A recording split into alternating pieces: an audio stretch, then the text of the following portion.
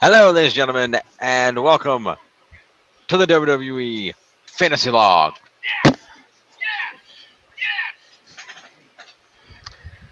I am James Phoenix. With me, as always, are Geoff and Tiff. What's up? Yo. All right. Kick off with supplementary news. Yeah, a little bit of some news today that we want to talk about very briefly. So we're here. Yeah. Excuse me.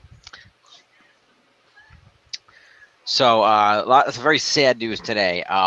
We had three current and former wrestlers pass away today. Very sad day. So we're going to just take a quick moment to talk about that a little bit. Yeah.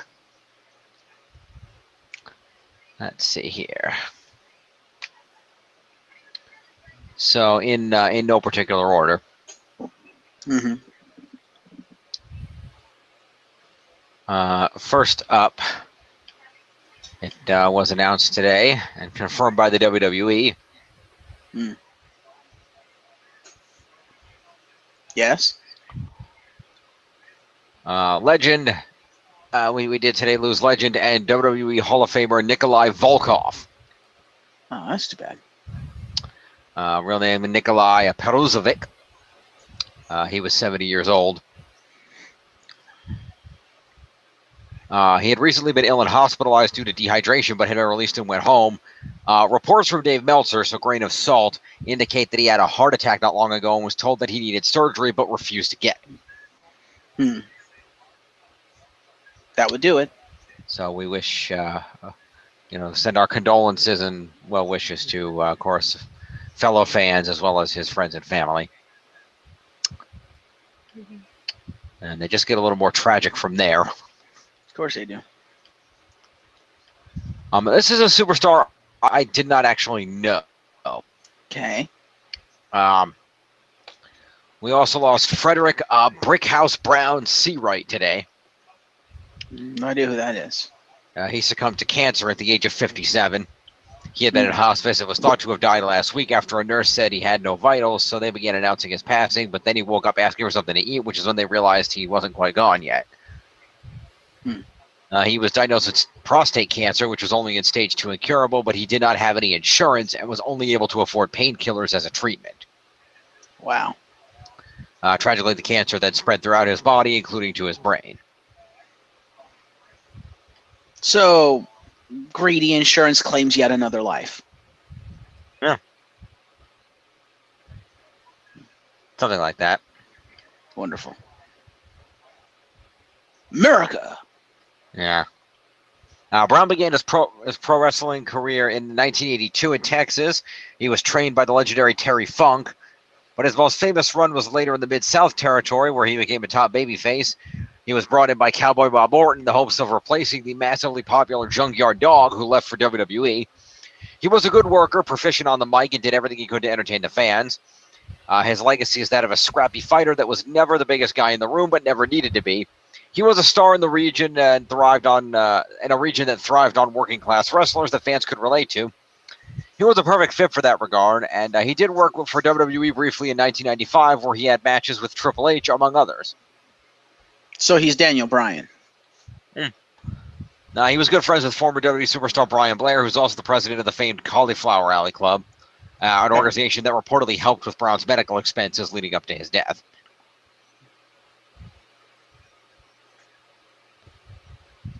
Well, condolences to his friends and family as well. Indeed.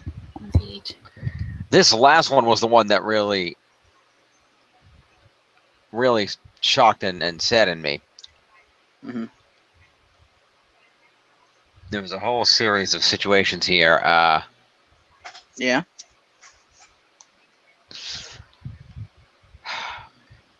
I don't really know. We had talked about him the last few weeks, and this was not,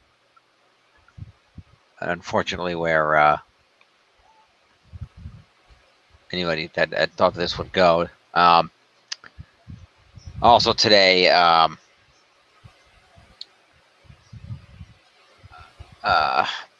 we did lose Grandmaster Sexay Brian Christopher, Jerry Lawler's son, age 46. Wow. Suicide? Suicide. You may recall we've covered the last few weeks that he, in fact, just last night we spoke about how he was arrested for DUI, and they were holding him on $40,000 bail. And what was found is he attempted to commit suicide by hanging himself in his cell. They found him, and in dire condition. They rushed him to the hospital in critical condition and put him on life support. And so they said that he almost certainly wasn't going to make it. So those who needed to say goodbye did come. And sometime earlier today, the decision was made to remove him from the life support. There hasn't been any official statements, and so the hospital is also refusing to officially confirm per their policy. But multiple sources did confirm that he had passed, including good old JR Jim Ross, who is, of course, a very good friend of Jerry Lawler. Did confirm via a tweet. So saddened today, read the deaths of WWE Hall of Famer Nikolai Volkov, hashtag Brickhouse Brown, once targeted to replace Junkyard, hashtag JYD or Junkyard Dog, and hashtag Brian Christopher, the talented son of the great Jerry Lawler, hashtag RIP, gentlemen, hashtag condolences to all.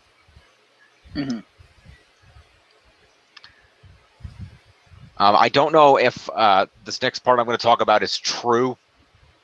Great assault time. Yeah, I heard this through the grapevine, and the grapevine heard it from Meltzer. So, but purportedly, in previous instances, Jerry has always bailed Brian out when he's gotten into these scrapes regarding things like DUI. And this was the one time where Lawler decided that Brian needed to learn a lesson and refused to bail him out.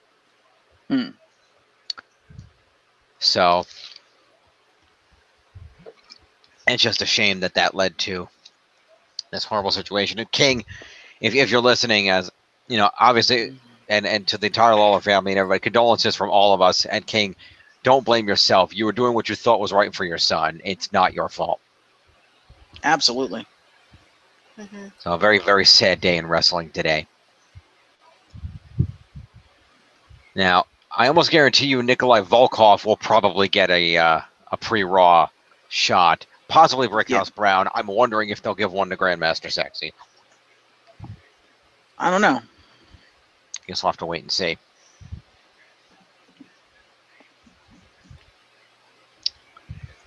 Very, very sad day.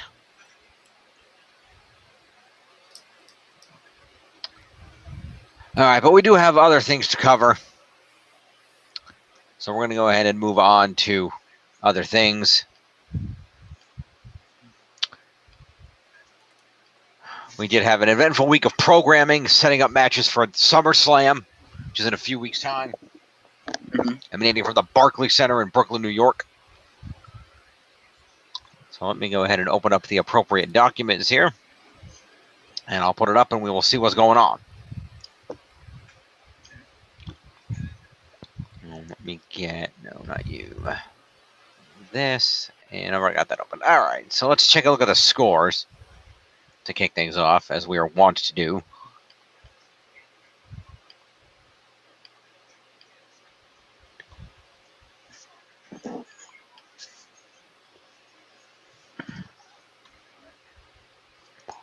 All right. So as everybody can see here, in the lead currently is the Glorious TNA Perosu Club Originals. Yeah. At 79.81. In second place is me with the Woken Warriors at 75.39. And the Legit Rowdy Architects are in third at 67.96. Over on the leaderboards.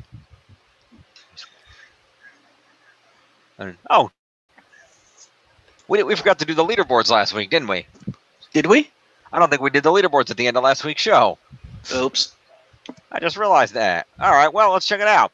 Top of the leaderboards is Seth freaking Rollins, 768 points, followed by Mr. Monster in the Bank, Braun Strowman at 643. Jeff Hardy, the former U.S. champ, coming in at 534, followed by Daniel Bryan at 532. AJ Styles, the WWE champion, has 498, followed by Finn Balor at 472. Intercontinental champion Dolph Ziggler has 464, followed by the big dog Roman Reigns at 452. Drew Gulak, the number one contender to the Cruiserweight title, has 436 points. And running out the top 10 is the new U.S. champ, Shinsuke Nakamura, at 426. All right. Let's throw these guys in order and let us see what happened on Raw. Shall we? Yes. You go down here and get Raw. All right. So Raw emanated from the U.S. Bank Arena in Cincinnati, Ohio. No, Dean Ambrose did not show up.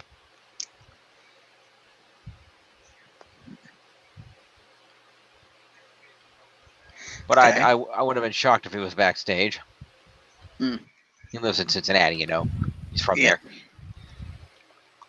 So, let me scroll it. Go this up here real quick. All right. So we opened the program. With the members of the Raw, SmackDown, NXT, and 205 Live rosters all standing on the stage. The women in the front.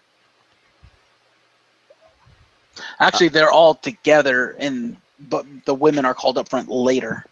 Oh, okay, my bad. I only saw the replay clip of this, so. Yeah, no, they're all together until after Vince comes out and Triple H and Stephanie come out, and then Stephanie actually says, "If I could have all the women step forward," and all the women step forward. Yep. Okay.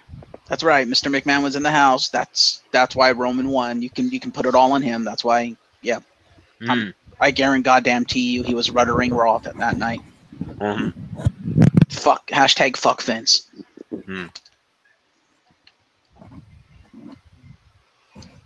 Hashtag still better than that owl. I don't know.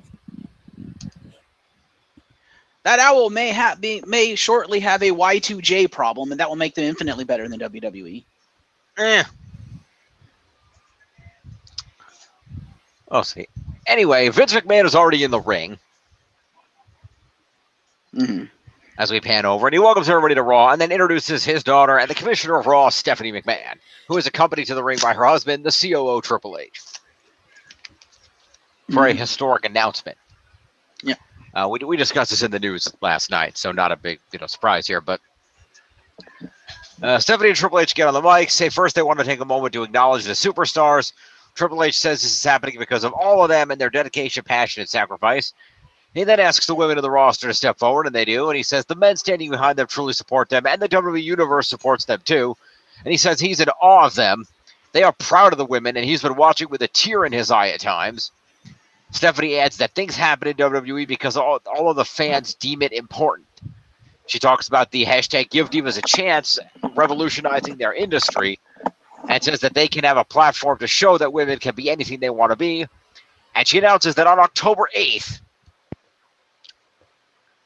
right here in New York City, specifically in Queens, but close enough, there will be the first ever all-women's pay-per-view titled WWE Evolution. Evolution is a mystery. A change that no one sees. You think Rick is going to be there hawking the Woo edition? I would not be shocked. Also, judging by the fact that you're doing that now, I'm trusting you did not see the catch title to last night's episode of the news. No, you mean Friday nights? No. Yeah, it's Friday night. Sorry, I forgot we skipped last night. Yeah, that would be the catch title for that. For those of you who haven't checked out, go check out the news. It's on the channel. You'll find that under Wrestling News Log. The WWE Women's Division is about to pass you by. There you go. All right, so the McMahons clap and pat themselves on the back. And we go to the broadcast team where Michael Cole says the same thing 3 times. Of course he does. It's Michael Cole. That's kind of his job. Mentions it's going to be on the WWE Network, which you can subscribe to for just $9.99. 11. That's only for you because you live in a shitty state that has tax.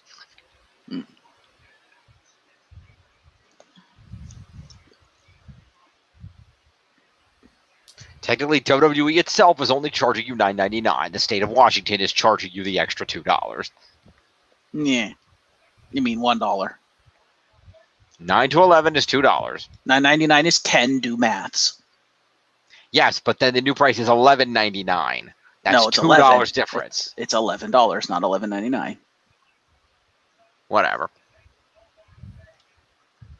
Anyway. Okay, it's still $2 because if we do $9.99 and we're gonna round up, it's 10. And if you're gonna do $11.99, it's added to $12. So again, it's still only $2. No, you didn't hear what I said. I said it's $11. It's not $11.99. It's only $1 more. So why are you saying $11.99? What? You know what? I don't understand. No, let's just get off this topic and start the scoring. Let's just do that. Jim was saying $11.99. I was correcting him. You said $11.99 first. I said 11. I never said 99. You just heard 99. I never said 99. I just had 11. Okay, whatever. Let's get on with it anyway. This is redundant. Redundancy is redundant. Anyway, we come backstage to the B team. Actually, one thing that some people have pointed out on the reviews of Raw and stuff, if you notice, if you look at that shot of all the women on the stage, there is one sparkling, smiling face with black hair right smack dab in the middle. That does not belong, but that is there anyway, and people are speculating as to the reason. And that would be the smiling face of Nikki Cross. Now, she's very close to being called up because she has been touring with SmackDown Live during the live shows. That's why she was there. But also, people speculate they needed someone to represent NXT, and because she was already touring with the main roster anyway, they were like, well, just come in a day early and be on Raw. She said, oh, well, okay. Why she was in the center, I'm not sure, but she was in the center and she was there, and that leads people to speculate that her full call-up to SmackDown could be sooner rather than later. So, yeah, there you go. For people asking where Nikki Cross has been, there you are. She was on Raw this week for all of 2 minutes. And apparently she's coming up as a face, so if that's the case, she's definitely not going to be with Sanity at all, ever. So get used to that.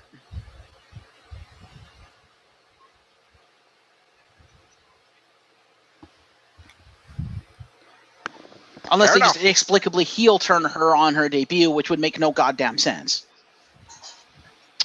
Oh. Anyway, so yes, B team. The B team discuss who they most want to see on the all-women's pay-per-view. Brief discussion. Dallas then says that Axel's like the brother that he never had. Wow. Wow. Hashtag fuck you, Vince. And they're going to go out there and show them that B stands for best. So WWE just gave a middle finger to the fans. That's wonderful. Promo to the B team.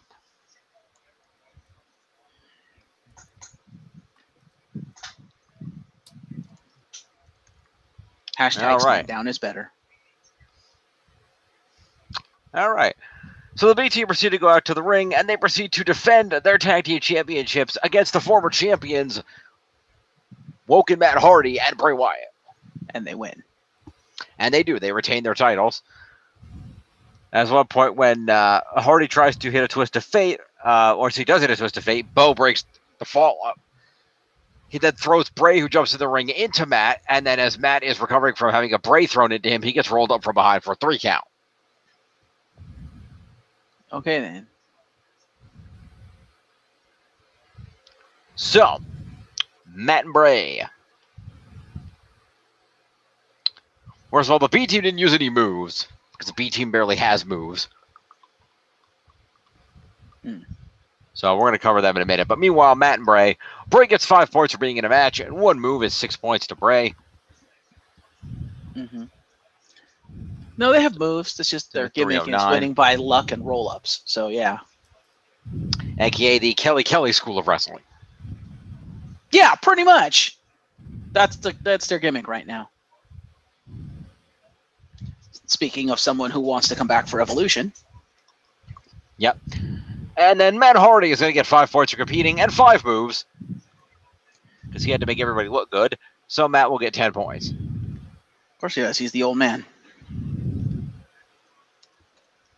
All right.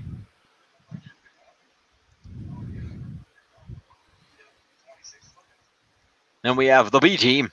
Let's see. Axel got the roll up, so we'll do Bo Dallas first. Bo Dallas is going to get 15 points for being on the winning team. He's going to get 15 points for a retention of the tag titles, is 30. And 5 points for being in the match is 35 points to Bo Dallas. All right.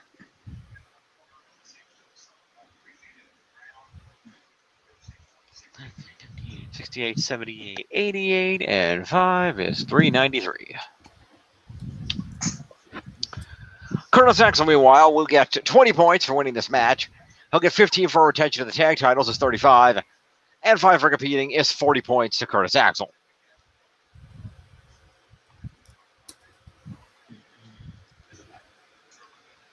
And yes, ladies and gentlemen, Curtis Axel is in the top 10. Well, he is a champion. I know.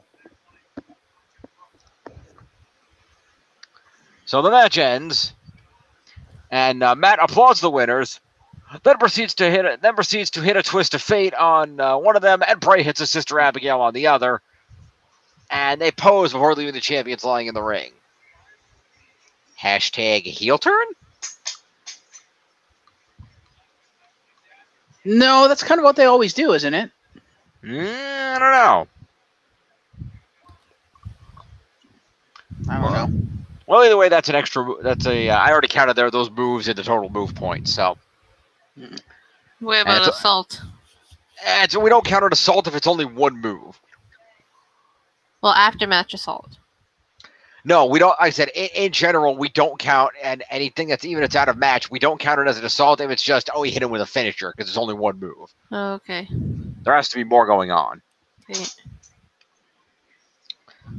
Now, meanwhile, we go over to the audience for just a second, and we see our special guest for the evening, and in the front row, that would be the band OAR. Okay, then. They were hanging out, so that's cool. And we then cut back to the backstage area where Finn Balor is having a conversation with Chad Gable. Okay. And they're discussing the news of the all-women's pay-per-view and how that's big news for everybody, not just the women. Mm-hmm. However, Finn Balor pauses for a moment in his conversation as he notices a number of random stagehands walking past him carrying what appear to be his things. Okay. Balor is confused by this and stops a gentleman carrying his trademark leather jacket and asks, "What's going on? Where are you going with my stuff?" The random stagehand in general explains to Finn Balor that they have been instructed to relocate him to a new locker room. Balor, seemingly already knowing the answer, asks exactly who authorized this, and the stagehand explains that their instructions come from Constable Corbin. Of course they do. So Finn Balor asks the stagehand a question to please show him to his new locker room. And so he follows, he takes the jacket, and then follows the gentleman to the new locker room. Which I did not see the end of this segment, unfortunately. But apparently it's a dollhouse. Yeah, it's a dollhouse. Is it a regular-sized dollhouse or one of those giant Playhouse dollhouses? It's a regular child's playhouse. It's a big just child's Playhouse dollhouse. That's fun. Yeah, and that's clever. Finn pipes up saying, "I always wanted a Finn's Playhouse." He does. He says that. Finn's Funhouse, according to the recapper. Yeah. Didn't I just say that? Yeah, Corbin also walks over saying Balor's such a star that he should have his own locker room. That's when he follows up with the Finn's Funhouse comment. So they really are pushing a Finn Corbin feud, aren't they? They are. So in the meantime, let's see. Chad Gable's going to get 5 points for managing to get his face on TV. Okay. Yay. Points. Woo! Chad finally got me points after fucking 2 months. Yep.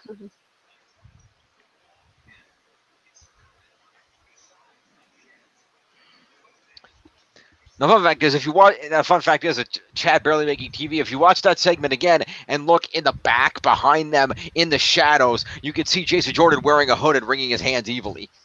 Really? No, of course not. That'd be awesome. Yeah. Anyway. I was gonna say because I didn't see that. No, that's a joke, son. So promo to Finn and Corbin. Forward Finn and Corbin, indeed. Because this was obviously feud material. Oh, yeah, definitely. And to Baron Corbin. Here's a question. Will Constable Corbin be in 2K19? I would not be surprised. Correct me if I'm wrong, but did Corporate Kane not make the game during the year that he was around? No, he did not. They did not include Corporate Kane until the year after his debut. Mm-hmm. That's why the year of his debut, people had to make Corporate Kane. Ah. Now, the thing is, I don't know if people will be able to make Constable Corbin, because correct me if I'm wrong, but 2K does not allow you to remove superstar hair. I'm not sure about that. I have not tried, but I believe you're probably right. But that's all right, because all you have to do is say create a superstar, say copy from, click Baron Corbin, and then just make him whatever you want, and then save him. You can just straight up copy superstars? I'm relatively sure you have a choice to copy templates. I know at the very least you can copy their clothing templates. I'm not sure about physical body templates. Fair enough. Moving on.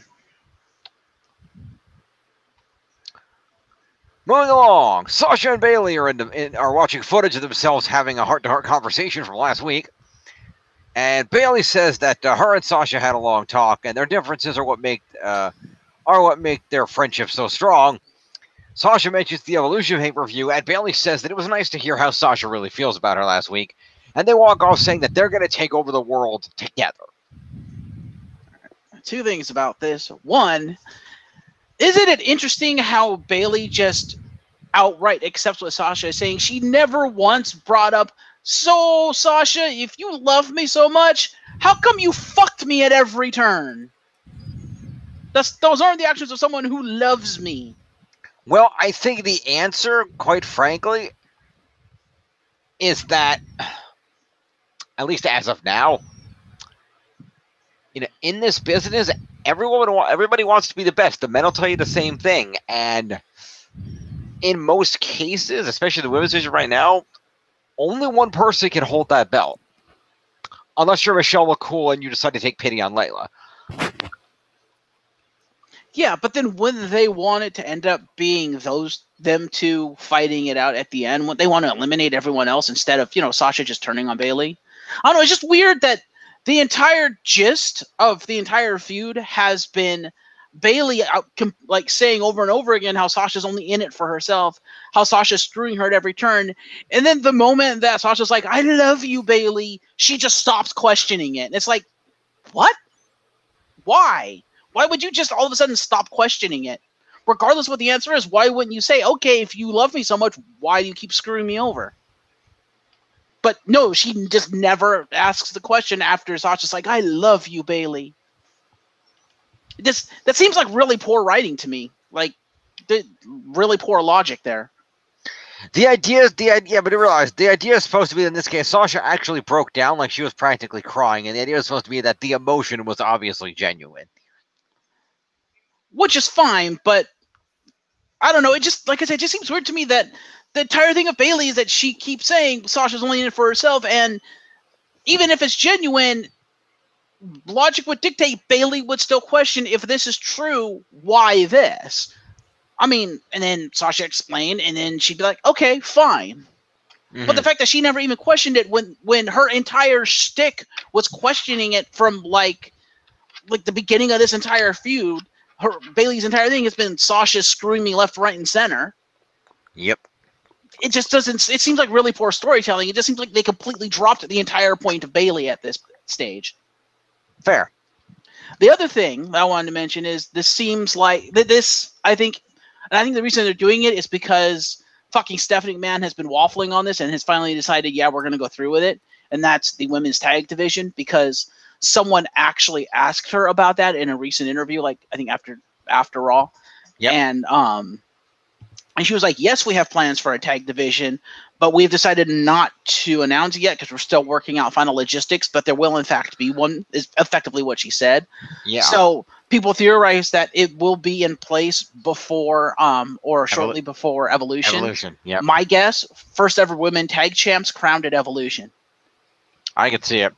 And it was also pointed out that conveniently that Women's Evolution pay-per-view is right near the purported scheduling date of the next Saudi Arabia event. I'm sure there's nothing to do with that whatsoever.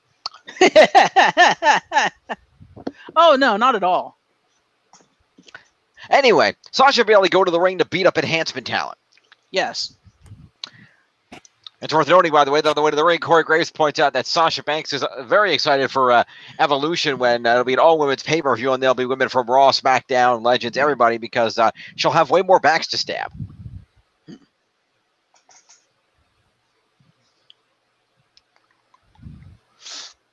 So Bayley and Sasha beat up enhancement talent, and Sasha wins with a bank statement on one of them after Bayley knees the said jobber in the face.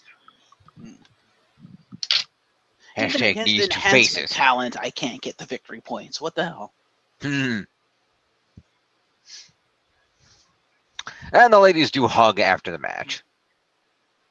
I should have taken Sasha instead of Bayley. Oh, well. You probably should have, but you didn't. I didn't. So Bayley's going to get 50 points for being on the winning team. 5 for competing. It's 20 points to Bayley.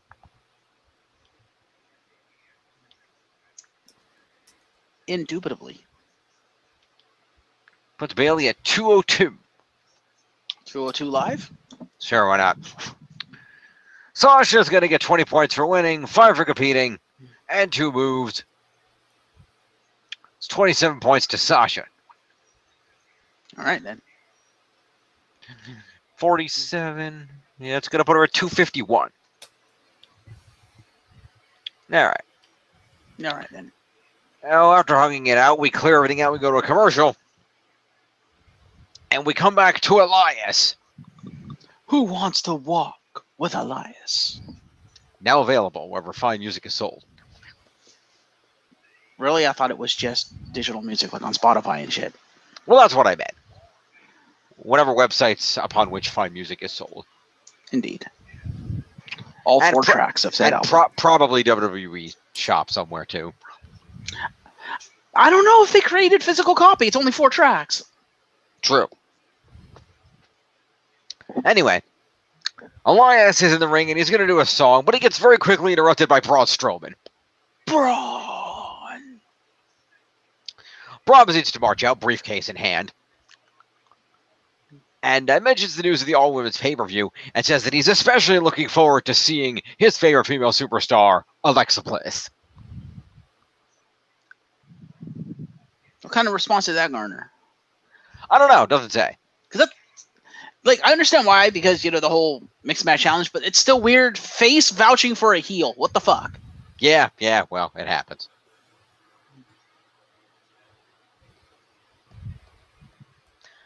So anyway, he mentions all the news surrounding Roman Reigns and Bobby Lashley, but says he doesn't really give a crap who wins or who beats Brock, because he's got this briefcase and he's going to be the champion no matter what. Not if Kevin Owens has anything to say about it. And he says that whoever they are, they're going to get these hands. Kevin Owens comes out and interrupts him and complains that Strowman tried to end his career and take everything from him, so now he's going to return the favor. Constable Corbin comes out next, takes a couple shots at Finn Balor's height. What does this have to do with Finn? No, I think Corbin just has to take shots at Finn whenever he's around. Okay, then. It's a feud. I guess. It would be like this. It would be. I mean, think about famous feuds. It would be like, Austin could be just drinking beers with some random people. He's still going to say something about Vince McMahon. True. Continue. So anyway, Baron Corbin comes out, takes a couple shots at Finn Balor's height, mentioning that he offered to, he's here to help the talent realize their potential, and he offered to help Finn, and Finn refused because Finn has some problems. But it's not too late for me to help you, Braun. We have to curb this anger, this streak of violence of yours. We got to do something about this. which is why luckily I've gone out of my way to find somebody who's going to help you deal with your anger issues. And Baron Corbin invites out the individual in question, and that is the, I'm assuming once again, based on his recent actions, the once again man of peace, Jinder Mahal.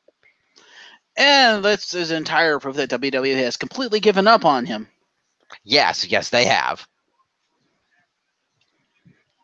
Until they need to go to India again, then they'll slap a mid-card title on him for a month. I don't even know if he's worth that anymore. I don't know. But anyway, he comes out with his one remaining Singh brother. You can't wrestle. And he says that he explains, it's all right, Braun. He is here, has been chosen by Constable Corbin to help you find inner peace. And he tries to engage Braun in some meditation.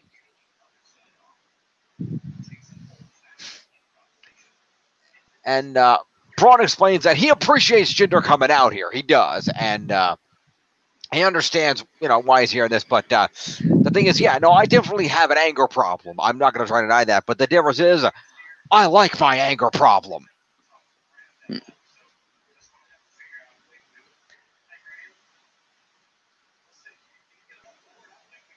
Okay. And basically, Jinder says, well, listen, chant the mantra with me. And he starts chanting his mantra, trying to get Braun to do it. And Braun replies, now, Jinder, if we're going to do this, let me explain. See, I have my own mantra that I believe in. And he instructs the Singh brother to come over next to him, which Sunil is very hesitant to do, but eventually does. And he instructs Sunil to hold this microphone for him right near his mouth. And he does so. And Braun proceeds to go into a meditative state, chanting his mantra, get these hands, get these hands, get these hands. Which I'm assuming the WWE Universe chants along with him. They did, and they join in. Sunil and Jinder look concerned. And Jinder then gets booted in the face, and Sunil eats a running power slam. Okay, then. Braun then holds up his briefcase before leaving. So let's hear. That's going to be a promo to Elias, Kevin Owens, Constable Corbin. Does he really get more promo points, or is it just an extension of the previous one? No, because he specifically came out to say, hey, I've hired Jinder to help you with your anger, Braun. He just happened to take a shot at Finn Balor while he was doing it. Yeah, but that promo doesn't seem like part of feud. It seems more like his capacity as Constable Corbin. All right, then we won't give him that. But we will give Let's Go in order. We got Elias. We'll get 5 points. Elias. And then Kevin Owens also gets promo points. Yep. And then Jinder Mahal.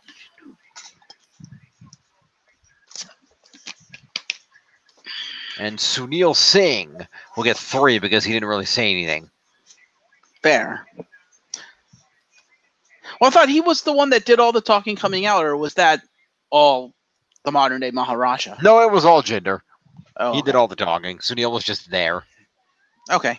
Who else did I forget? Oh, we didn't do Corbin. All right, that just leaves Braun Strowman. Who also gets 5 points for a promo. He'll get 5 points for a promo. He'll get 4 points for an assault and 2 moves. Did he really assault? I thought he just did 2 moves. He did, but that's more than 1 move. Therefore, it constitutes an assault. All right, fair. Them is the rules. Fair. So that's going to be 5 for the promo, 4 for an assault. That's 9 and 2 moves. It's 11 points to Braun Strowman. He actually has a big boot as a signature move? I believe so. I can double check that. Fair. Nah, it's all good. I buy it. He's a very large man. He has a big boot, trust me. Yes, he does. It's all good. All right, moving along. Michael Cole shows us a replay of Stephanie's announcement. We see an NXT promo for the upcoming matches on that program. We see a replay of Ronda attacking Alexa Bliss last week. And we then go to the ring for tonight's one-on-one match between Mickie James and Natalya. Okay. Alexa is in Mickey's corner, while Natalya appears to have made the mistake of coming out here alone. Okay. I guess Nia was otherwise occupied. So, as a result of this, of course, Mickie James does come out victorious in this match, as Alexa causes a distraction with a cheap shot behind the ref's back. And Natalya, after the cheap shot, responds with a clothesline, but this distracts her long enough to turn around and then eat a mitt kick to the face.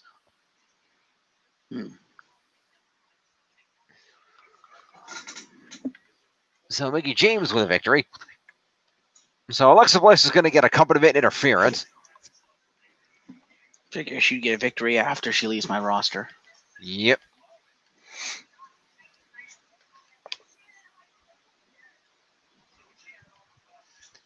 And then Natalya will get 5 points for being in the match.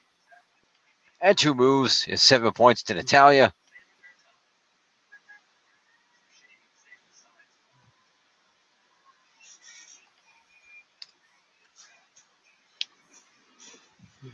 Yeah, right.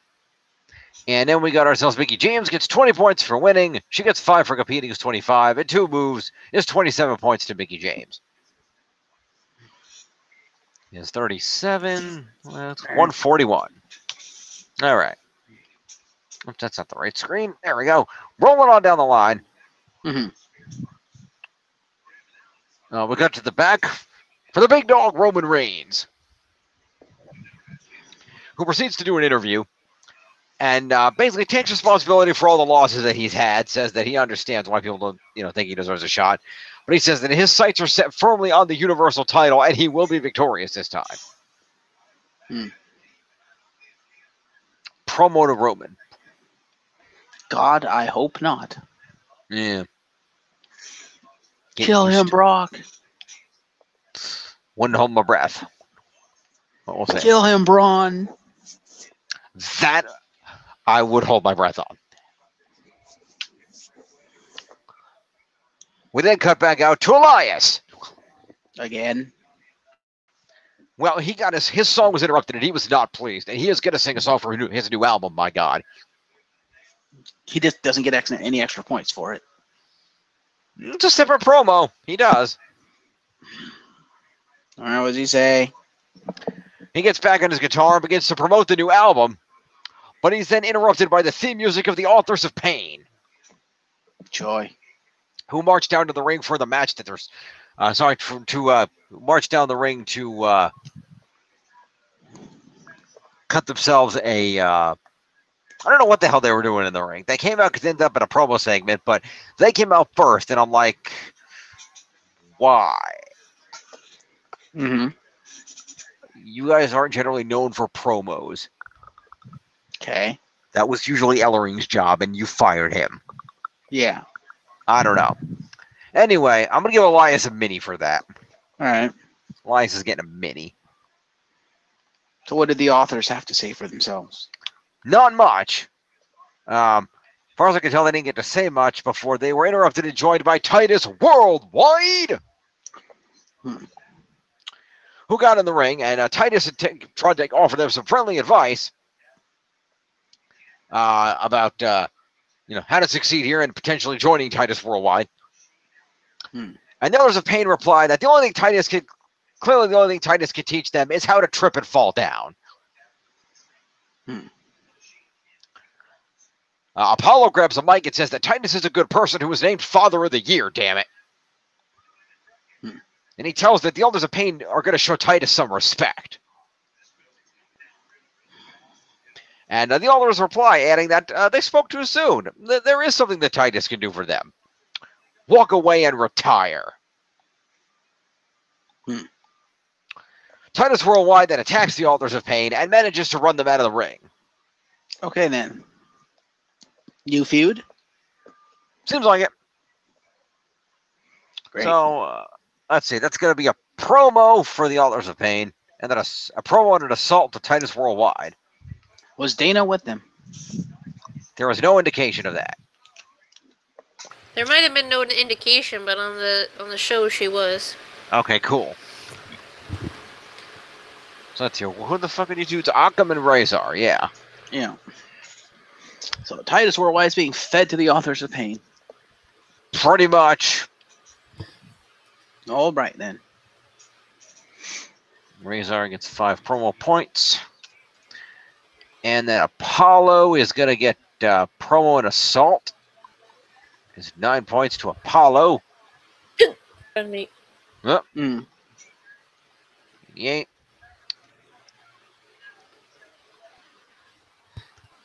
And then Titus will also get 9 points. It's 96. And Dana Brooke will get some accompaniment. We'll give her 3 for showing up on the program. All right. Don't know what I wanted. There we go. We cut backstage to Kurt Angle. Okay. He is speaking to Stephanie McMahon regarding the all-women's pay-per-view. Corbin and Owens walk in and join them, and Owens talks about all his suffering at the hands of Braun Strowman. And Owens says that he wants Strowman at SummerSlam, but on a condition. He wants it in the rules that if Strowman loses the match in any way, by disqualification, by a count-out, by anything, if Strowman is ruled the loser of the match, Owens will get his Money in the Bank briefcase. Owens is assuming that Braun is going to have the Money in the Bank briefcase come SummerSlam.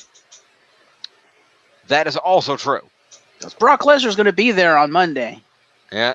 And with this stipulation, it would not surprise me if Braun didn't just march down to the ring, power slam fucking Brock, take the title, and walk out and be like, okay, Owens, you get your match, but I don't have a briefcase, so I'm just going to whoop your ass for nothing. Well, no, I'm relatively sure she did that. Corbin would be like, all right, fine, now it's a title match. I'm sure Roman Reigns would have something to say about that since he's the rightful #1 contender. I'm sure I don't think Corbin gives a flying shit what Roman Reigns thinks. And I'm sure Roman Reigns will just spear him into next Tuesday, and Corbin just won't be there ever. I'm sure he will, and I'm sure if he does that, that Stephanie will turn around and suspend Roman, and or Triple H will beat the shit out of him. Nah. Is anybody sure of anything? Because there's a lot of I'm sure's. Or, if Stephanie's that pissed off, Stephanie can just turn around and trade Roman to SmackDown. Please?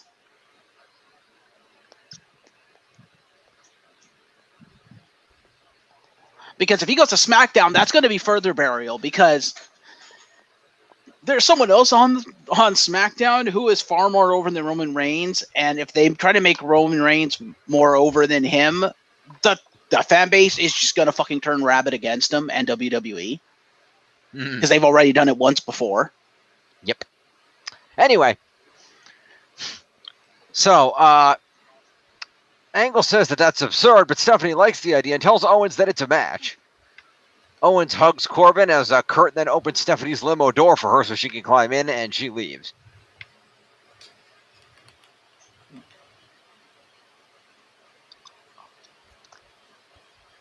So that would be a promo to Kevin Owens. And I guess that's about it. We'll give a promo to KO for that. I'm going to put KO at 401. I have to wonder if this isn't leading to Kurt Angle coming back for one more run in the ring before he full-on retires. I believe it. Because it's getting more and more obvious. Kurt Angle is ready to angle slam someone in the next Tuesday. Mm-hmm.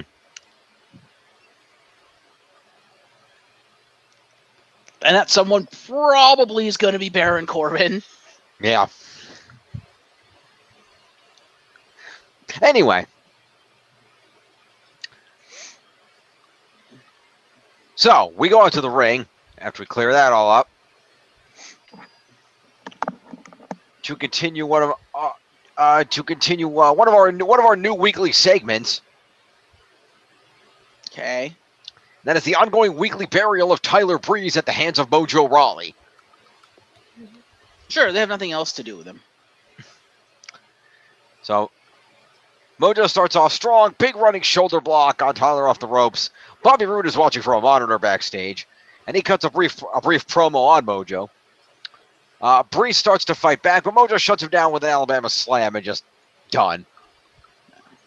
Yeah, it's not like, Tyler Breeze is the second most popular person on WWE's most popular YouTube show. No, not like that at all. Yep. So Bobby Roode's going to get a promo for the mid-match promo. Fair enough. Besides, it's the third most popular person on that show is also getting currently buried, so yeah. Yep. The only one not getting buried is the one who owns the show. Huh? Xavier Woods, he's not getting buried because he's part of the New Day. They don't get buried. Oh, you're talking about his show. I thought you were talking about the Yes. Fashion Files. No. Web show, dumb shit. Tyler Breeze is like the second most popular person on Up, Up, Down, Down. Cesaro's the third. They're both getting buried. Now, that's not true. We're going to get there. Cesaro and Sheamus have an opportunity to challenge for the SmackDown Tag Team titles.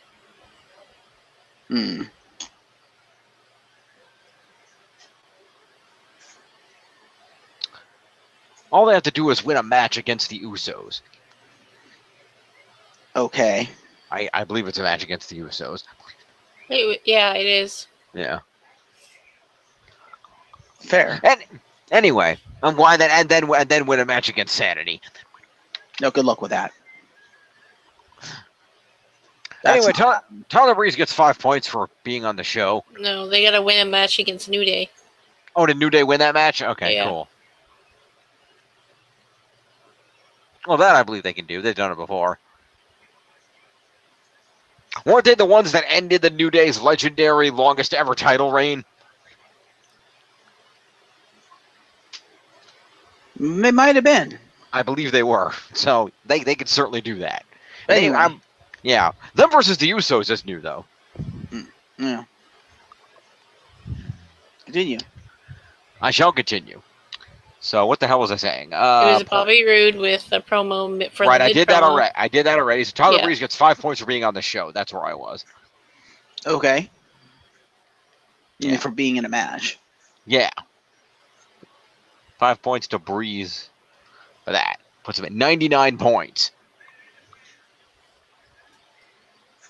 I'm so sad that they're burying Breeze. He's probably better than at least half the locker room.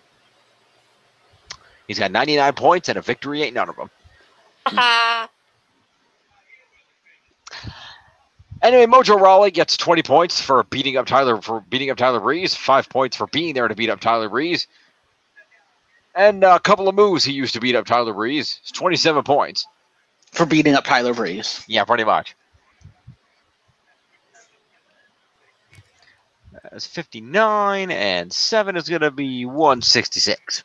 Like, I'm pretty sure Tyler Breeze is more talented than Mojo Rawley. No offense to Mojo. Yeah, Oh, probably. Jojo. Ha. We see Anyway.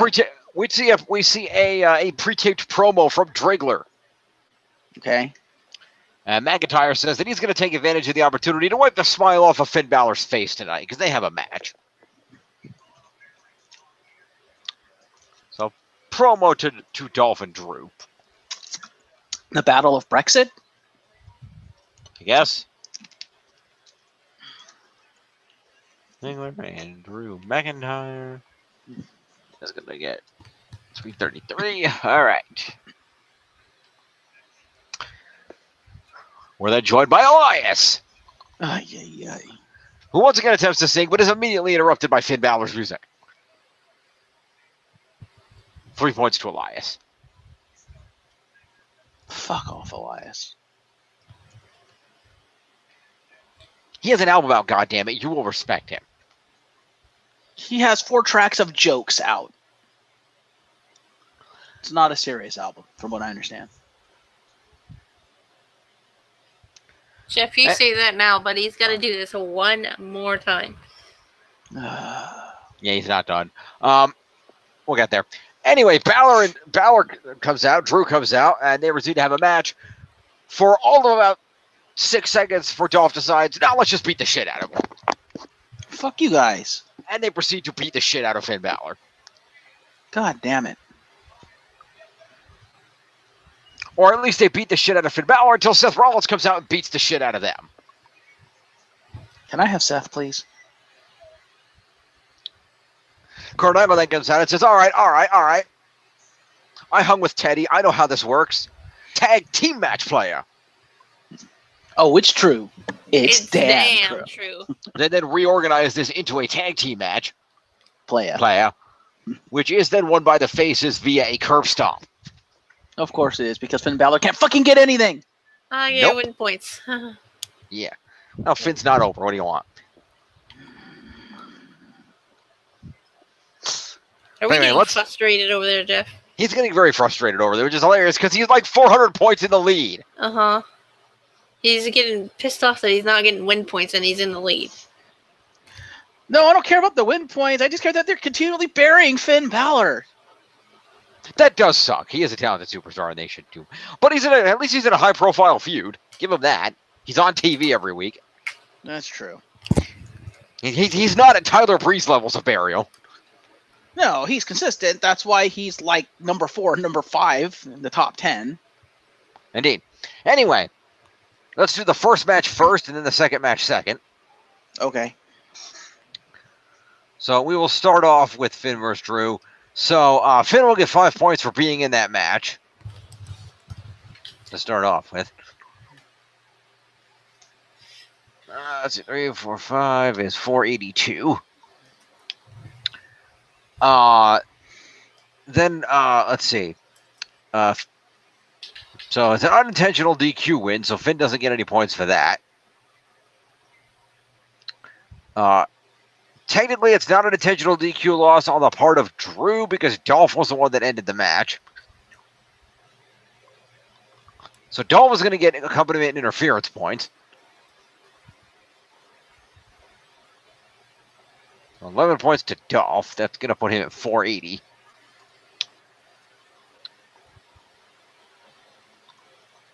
And that's about that. And what about Drew? Isn't it? Yeah, Drew gets 5 points for being in a match. So it's 338. Yeah, he gets 5 points. Yeah, I thought I missed something there. And doesn't Seth freaking Rollins get an out-of-match assault for saving Finn? Yes, that was the next step. Seth Rollins gets an assault for coming out to save Finn Balor. That's 4 points to Seth freaking Rollins. That puts him. Did Finn fight back? 772. Even if he did, it was a beating that sped out of the match. He doesn't get extra points for it. No, but if he fought back, he'd get assault points. Just as Rollins comes out for the save, and then Ziggler and McIntyre are on the run. Fair enough. So probably not then. Fair enough. Yeah, I think he just got beat down. So we reorganized it into the tag team match. All right. Where Rollins starts off strong, suicide dive Ziggler. There's some back and forth offense. Drew and Balor get tags, and Balor turns things around, end up fighting Drew outside until Drew drops Balor onto the ring barricade. Back in, there's more fighting. Rollins gets a hot tag and clears the ring. Springboard clothesline. Ducks a boot. Blockbuster.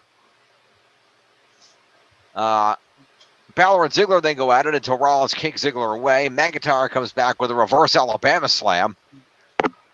Drew looks for a powerbomb, but Rollins reverses that, throws him out of the ring, follows up with a curb stomp on Ziggler, who was in the process of getting back into the ring. And Seth Rollins and Finn Balor claim victory. Fair. So, Driggler will each get 5 points for being in the match. Any moves to them? Let's see. Nothing to Ziggler. McIntyre had 1 move. So therefore, Ziggler will get 5 points. McIntyre will get 6.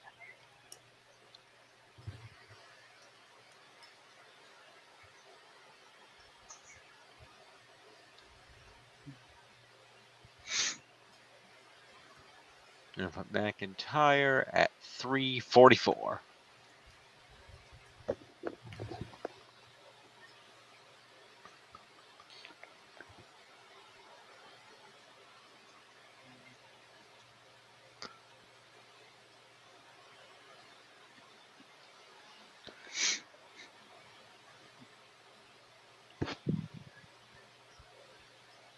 All right. All right, then. All right. On the other side of things, Finn Balor gets 50 points for being on the winning team. And 5 for being in the match. And 5 for being out, just 20 points to Finn Balor. He didn't do any moves? Not according to the recap. God damn it. Just as he did do some fighting back, he got run. Basically, Balor was a beat slut. So 20 points to Finn Balor. 92, that's 502.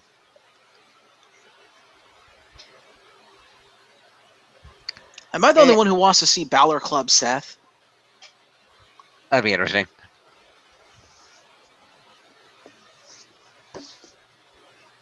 Seth Rollins gets 20 for winning the match. He gets 5 for being in the match, is 25.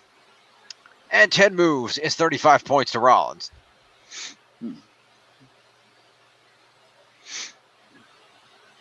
The hell is he? Let's see, so 35 is going to be Seth Rollins at 807 points. Yeesh.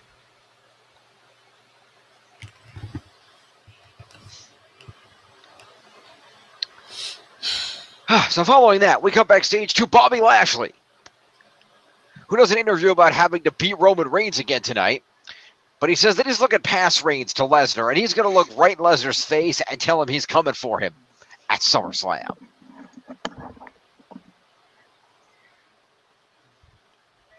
Promo to Lashley. No, you're not Lashley, because you came back to be an enhancement talent. Deal with it.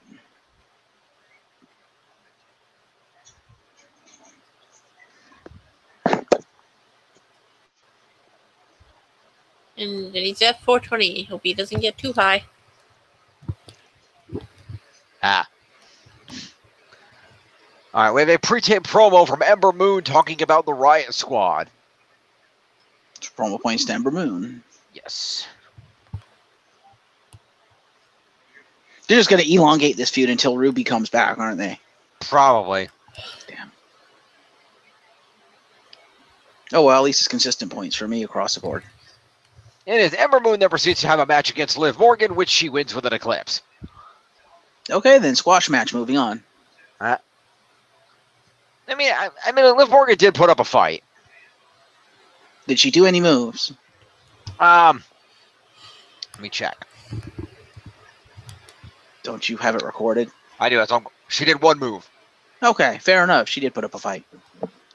Yeah, she did. She managed to hit her trademark face buster, but Ember kicked out of it. Fair. Does Sarah? Nope. Yes. Sarah Logan was not present. I know, but does she get any points for being banned from ringside? Was she banned from ringside? Yes. Then no, because she wasn't out there and then she didn't do anything to get banned. It was just a banning, so that's a no. Good thought though. Unfortunately. So Liv Morgan will get 5 points and one move. For a move, it's 6 points to Liv Morgan.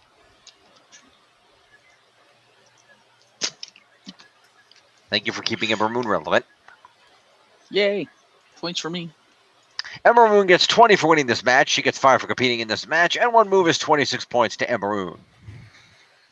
Moon. 80 is going to put Ember Moon at exactly 300 points. Alrighty then. We cut backstage to Seth freaking Rollins, who does an interview where he talks about the All Women's pay-per-view and says that he had a good meeting with Kurt, and adds that he has managed to finagle himself a match at SummerSlam against Dolph Ziggler for the Intercontinental Championship.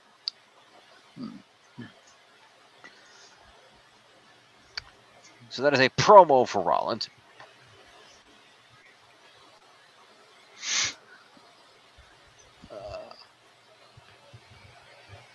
Let's have it 8-12.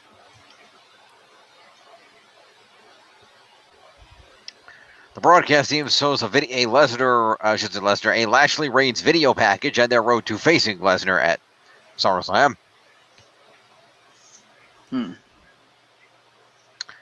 we're then joined by Elias. For the last time. However, this time Elias is interrupted by Kurt Angle. Okay. But Angle says no, he's not here to interrupt. He wanted to let Elias know that I'm keeping an eye on the guys at the back here, and that the floor is yours to do your song, because these people want to hear a song from your debut album.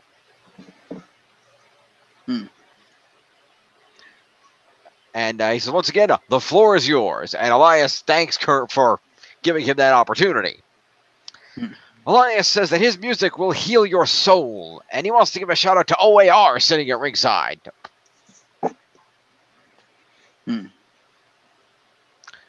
Elias then plays sings several lines of his song. Before realizing that he just doesn't feel this right now. Where are we again? Oh yeah, Cincinnati. No, I don't think I'm going to be comfortable portraying this here in front of the grossest collection of human beings I have ever seen.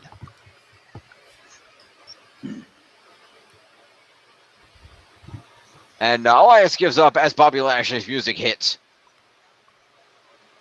as he is going to come out for the main event. So that would have been perfect for.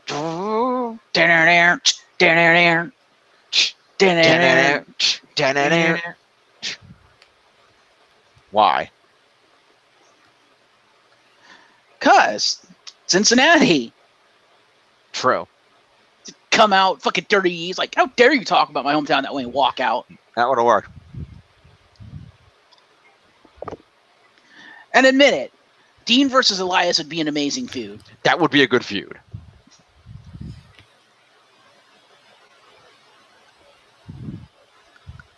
Besides, they could bring back crazy Asylum Dean, who has the shtick of what's he going to do next week to interrupt Elias trying to sing. That's true. Anyway, promo points, main event time. Indeed. That's a promo to Elias. A full promo or a mini? Full promo on this one. He was out there for an extended period and trashed the crowd. So we're going to give Elias a full promo on that one. It's going to put him at 240 for the 340 rather for the night. And we get to main event. Indeed. We get the announcement that next week on Raw, we will see Finn Balor take on Baron Corbin, and Seth Rollins will take out Drew McIntyre. Please, Finn, I want you to win. Unless they're going to put you in that same match at SummerSlam, then please, Finn, I want you to lose. In what same match at SummerSlam? Finn versus Corbin. Oh, yeah. Because I want Finn to beat him at SummerSlam. I want fucking pay-per-view victory points from Finn. That's fair. Brock Lesnar's also going to be here next week. We'll see where that leads. And we then go to our main event match of Bobby Lashley versus Roman Reigns for the #1 contendership to the Universal Championship. This is rubbish. Clap, clap, clap, clap, clap. Roman wins. Moving on, give him points. Yeah, basically, they beat each other up for a while, and the match ends when Lashley throws Reigns in the ring, hits a big spear, but only gets a 2 count, and Reigns then replies with a spear of his own, which gets a 3. That was rubbish. Clap, clap, clap, clap, clap. And I'm sure the fans agreed with that, too, that it was rubbish. Probably. You don't remember? I do not recall, but I believe they were not pleased.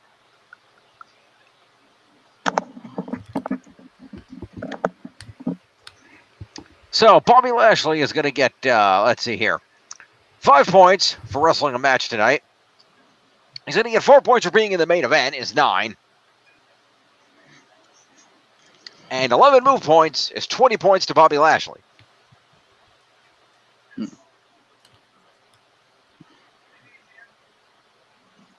What's about 440? And in the top 10. And in the top 10. Roman Reigns is going to get himself 20 points. He doesn't deserve. Yeah, pretty much. 20 points for winning this main event.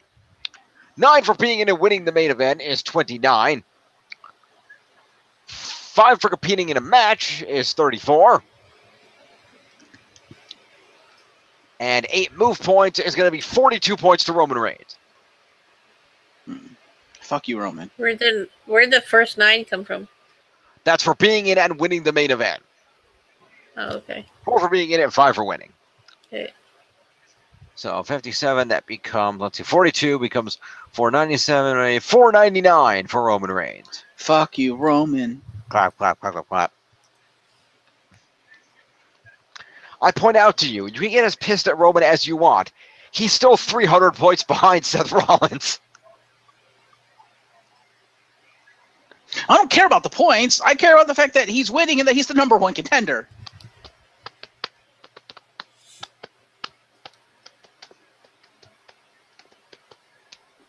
Yeah. I'm going to assume there's going to be a Money in the Bank cash-in. You're assuming Braun's going to have that come the end of the night. Unless he cashes in tomorrow. Yeah. And no, I don't care. I have Kevin Owens. That's true. I would be more than happy to see Kevin Owens as Universal Champion again. He had an amazing run in that role. Yeah, he did.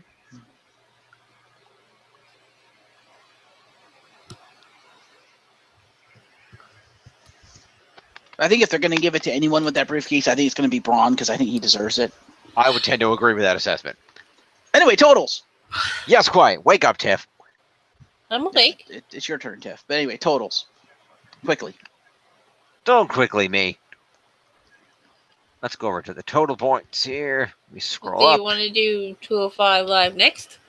No, we're good. All right. So, in the lead at 8104 is Glorious. Followed at 7707 by me. And down at 7051 is Tiff. The point spread is getting wider. Not really. She broke 7,000. That means it's now getting closer.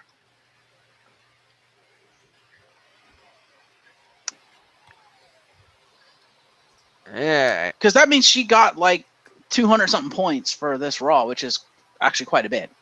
Actually, yeah. Just over 250, actually, is more like it. Anyways, this is Raw from 7. What was it, the 23rd that it happened on? Yes, it was. Okay, cool. All right, so what were you at? You're at 8104. And I'm at 7707. And Tiff is at 7051. I said 51. There we go. Stupid. All right, popping over here. Let's go to SmackDown. Just 1 second.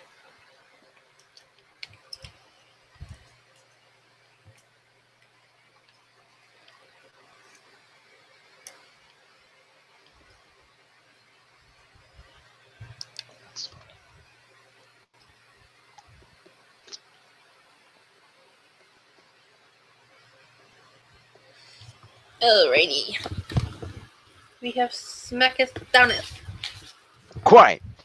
SmackDown for July 24th emanated from the Ford Center in Evansville, Indiana. Quite. We open the program with a limo pulling up to the back of the Ford Center. Exiting said limo are the stars of the newest, hottest show on the USA Network, Ms. and Mrs. And their baby. The Miz family make their way into the arena.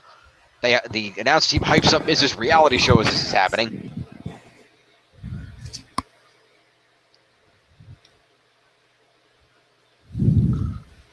We then go out to the ring here. I'm going to give a mini to Miz and Maurice for the limo thing real quick.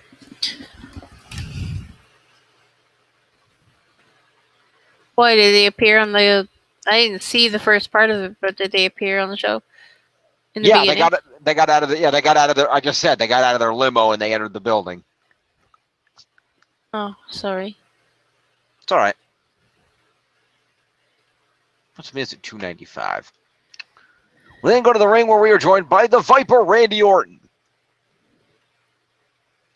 I have voices in my head, they counsel me, they understand, they talk to me. They talk to me. And they can apparently grow him hair. Yeah. Anyway, Orton gets a microphone, and we see some replays of Orton beating the shit out of Jeff Hardy the last few weeks. Orton says his issue with Jeff Hardy isn't unfinished business from the past or about Jeff's popularity. It's because of the fans. I busted my ass for you people for 16 years. I am the only one still around from back when I started with the WWE. This is not verbatim, by the way, just FYI. Orton adds up that all the new WWE stars eat at the table that Orton set for them, yet he gets no respect. And he asks if it's because he doesn't paint his face and flail his arms and change his merch colors every month. Or steal the too sweet gesture. He says he used to be the legend killer, but the fans are the true legend killers. Orton says he didn't pay his dues at bingo halls. He paid his dues in the WWE. And now he's going to destroy all the fans' favorite WWE stars. Orton assures everyone he is going to end Jeff Hardy's career and write his final chapter for him. So let me get this straight. I think this is the first time they've ever done this, and this is interesting. Randy Orton's entire gimmick is that he's a heel. Yeah. Okay, I just wanted to clarify that. Wasn't he already heel? Nope. Like, why is this surprising? Well, I think his gimmick is that he's a heel who doesn't like indie dudes or dudes who came from the indies and dudes that do stupid shit to please the fans. No, you said, I thought you quoted him that he said, "I'm going to destroy all the fan favorites." That literally means your gimmick is you're a heel. Pretty much. Which is hilarious and brilliant at the same time. Dolph, you have to change your Twitter because it no longer applies. There you go. At heel Orton. Promo points to Randy Orton. Correct. That puts him at 149. Alrighty. Boop. Alrighty. Moving on.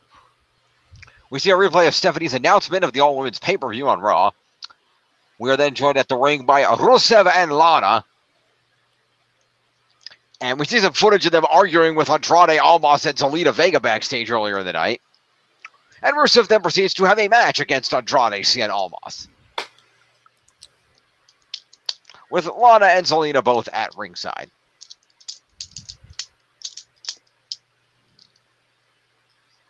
What you got, Tiff? Great.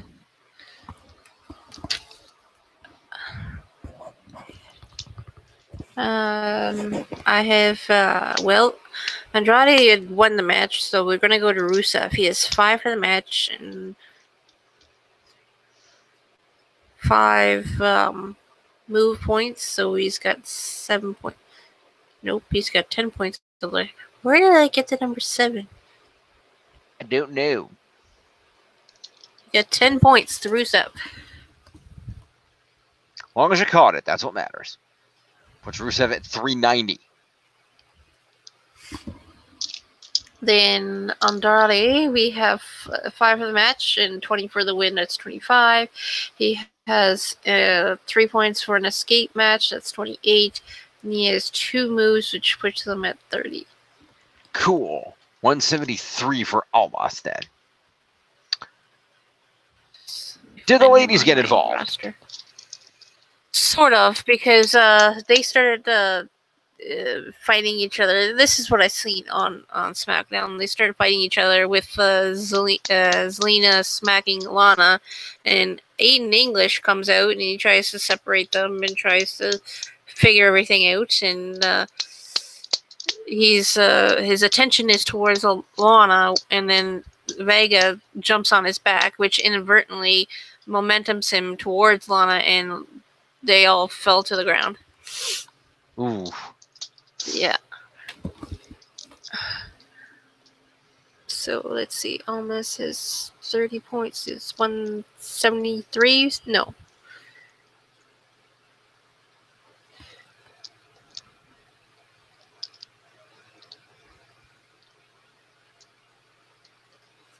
can we go back to Almas for a second? Sure, he's still up. You said you hit 173. Yes. You have 30 points.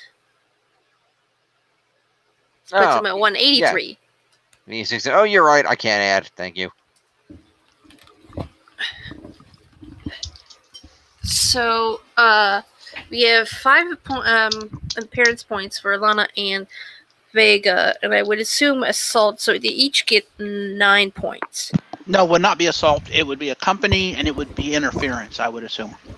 Yeah, I would give them the interference because they did the whole shebang outside the ring caused the distraction on Rusev that led him to lose the match. So I would say because an interference is worth more points, so I would say give him an interference. Okay, so that's 11 points to each of them, and only. What do we give Aiden? Because he appeared. It's an interference, 6. Okay.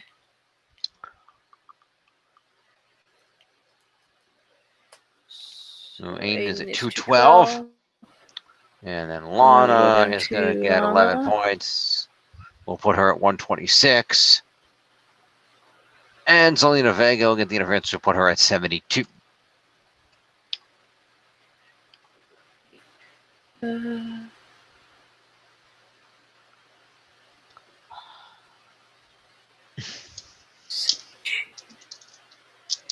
Okay. Yes. So, Almost and Vega celebrate on the ramp as Lana gets in the ring with Rusev and does not look happy with Aiden English. Nope, not at all. And we cut backstage to R-Truth. Sans gross floating bone in his shoulder.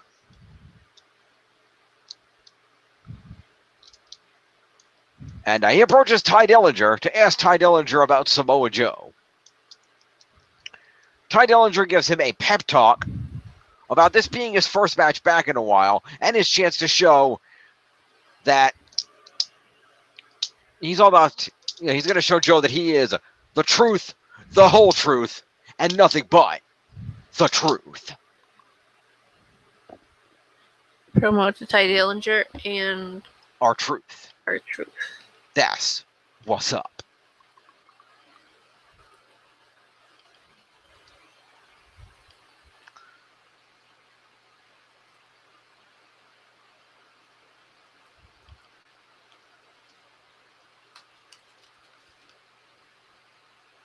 And then R-Truth gets his old ass beat by Samoa Joe. Pretty much. Well, we're not there yet. First, Aiden English is shown arguing with Lana backstage, apologizing for what he did, and complaining that Rusev is not returning his calls, he's not returning his text. And they continue screaming at each other until Rusev screams at both of them to stop. And he says that maybe neither of them are good for Rusev Day.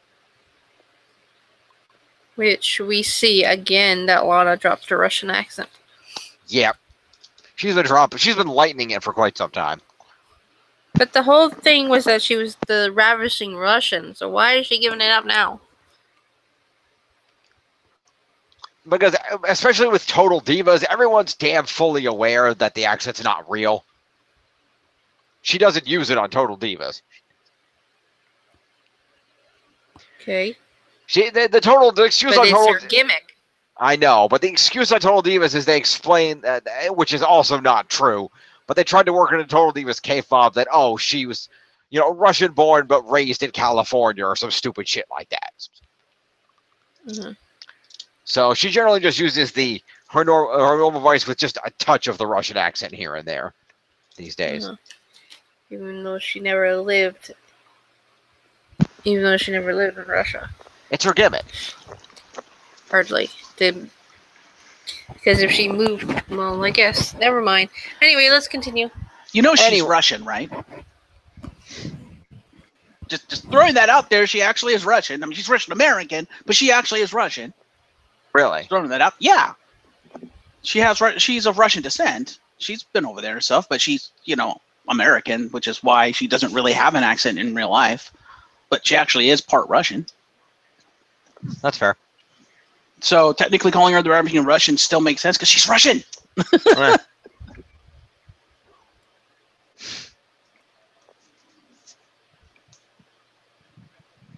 She's just Russian by way of Florida.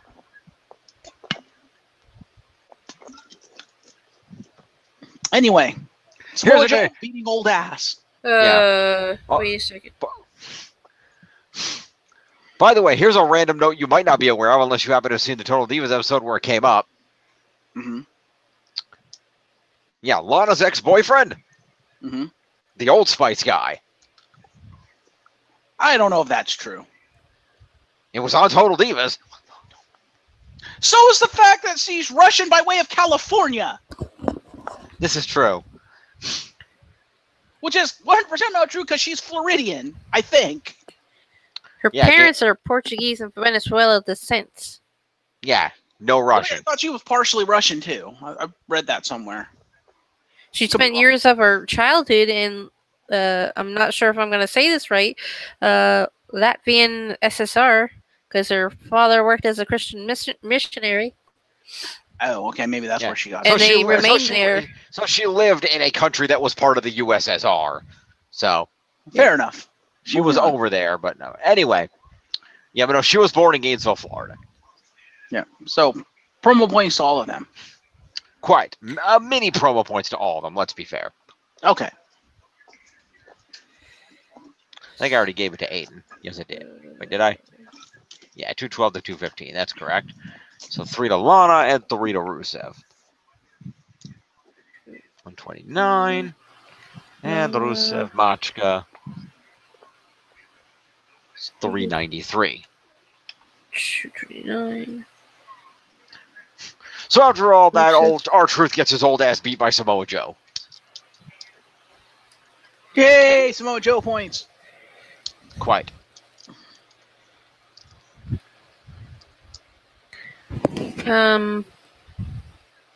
Okay, so we already added that. It's 5 for the match, and 2 move points is 7 points. 7 points to R-Truth. It's 22. And Joe. And Joe. And Joe. JoJo. He has 5 for the match and 20 for the win. That's 25 points. And 2 move points is 27 points. Cool. That's 94. And 7 is going to be 301. There we go. Cool. So Joe looks happy after the match. He stares into the camera. The commentators discuss the tag team tournament to determine who will face the Bludgeon Brothers at SummerSlam. We're going to see some of that later. In the meantime, we go backstage to Asuka, who conducts an interview about the Women's Evolution pay-per-view. He says, what do you feel about Evolution? I'm so excited and ready. But tonight, Billie Kay not ready for Asuka. Apparently not, because Asuka beat the shit out of her. Yeah. Yep. That's a promo to Asuka. Woo.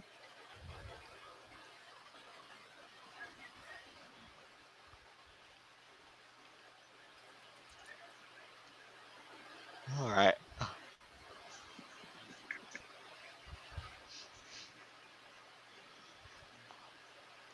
And Asuka then does beat the shit out of Billie Kay with Peyton Royce at ringside.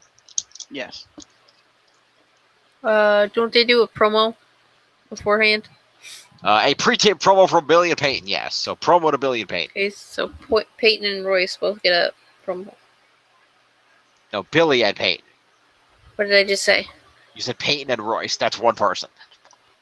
So yeah, okay.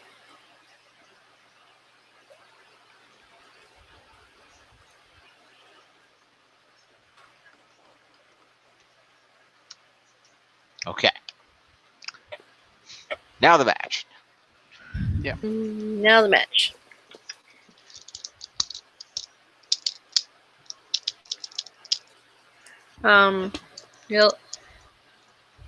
Billie Kay didn't hit any moves, so she gets 5 for the match.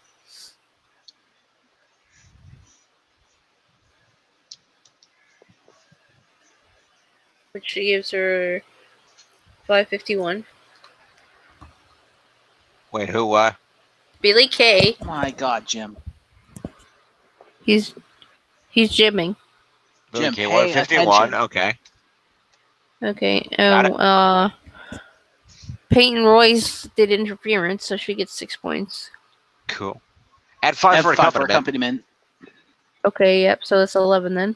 That's going to put her at 158.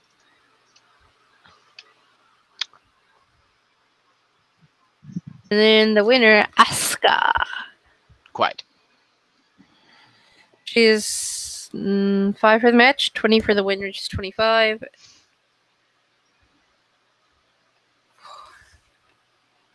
Five moves, which is 30 points. 30 even. All right. Puts her at 291. Sounds good. All right. Following this, we go to a pre-tape promo from Shinsuke Nakamura, taunting Jeff Hardy about having the U.S. title and about him getting beaten up by Randy Orton. Okay, then. Promo to Shinsuke. Woo.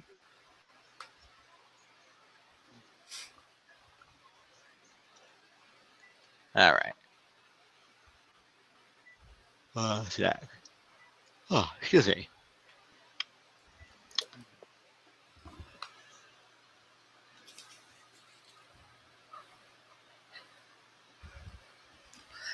So, Yes. still to come. Let's see what we got here. All right. Ms. Maurice and their baby are backstage taking some photos to promote their new USA Network show. I'm not going to give any points for that. I'm just going to mention it. Okay. And we then cut out to the ring. AJ Styles. Clap, clap, clap, clap, clap. I'm Hey, missing Gia. something here. What are you missing here? Is there nothing about Ellsworth in there? That's There's what we're nothing getting about to. there's nothing about Ellsworth in here. Yes, there is. Oh yeah, that's during the page thing. We're getting into that. We just started mentioning it. That's why I said AJ Styles. Clap, clap, Okay. clap, clap, clap. Yeah, I got ahead of myself. You did. That's okay. So Paige is out and talks about the announcement of the Women's Evolution pay-per-view and then gets into the subject of SummerSlam. She introduces WWE Champion AJ Styles, who comes out of the ring to find out who his SummerSlam opponent is going to be. Crowd chants AJ's name as he gets on the mic and thanks the fans. It also talks about the All-Women's pay-per-view and how it made him think of his daughters. And he talks about previous SummerSlam matches with John Cena and Kevin Owens and compares SummerSlam to WrestleMania. AJ then signs the contract on the table and asks to find out who his opponent is. Paige asks for a drum roll and gets James Ellsworth. He comes out, gets a mic, and introduces us saying that the real reason that he came back to WWE is the WWE title. He's beaten AJ 3 times, so no one is more worthy than him. He has a point. He does have a point. Ellsworth says AJ is scared of him, and he'll be the new champion at SummerSlam. Paige tells him to knock it off and calls him a joke. Ellsworth says that Paige is the joke and makes fun of her for being pale. Okay. Paige walks up to Ellsworth and says she's had enough of him and says that she has 2 words for him. You're fired. Security. You're fired. I was just more like, you're fired. I know, I was trying to do Vince McMahon. Yeah. I can't do it as well as you can. You're fired. There you go. Anyway, Ellsworth is dragged out of the building by security. Paige follows to ensure that he leaves. He's carried to the back door, set down, and thrown through the door, which Paige slams behind him, telling him not to come back. Head back to the ring with AJ shrugging, going, "What the fuck?" Yeah, AJ is dumbfounded as to like, okay, I still don't know who the hell my opponent is. Cut back to confirm Ellsworth is out of the building. Cut back to AJ, and he's on the ground being choked out in a coquina clutch. The commentators freak out because they couldn't see that happening right in front of their faces. As part of their contract, they're legally blind when they're in that arena. Pretty much, AJ gets put to sleep, and Joe then proceeds to sign his own name on the WWE match championship match contract. Enter the King of the Monsters. Pretty much. Joe then proceeds to pick up the table and throw it at AJ while he's on the ground. Weapon use? No. He picked up a table and threw it at AJ. Fair enough. I'll give him a weapon use on that. I think that's the very definition of using a weapon on someone. Fair enough.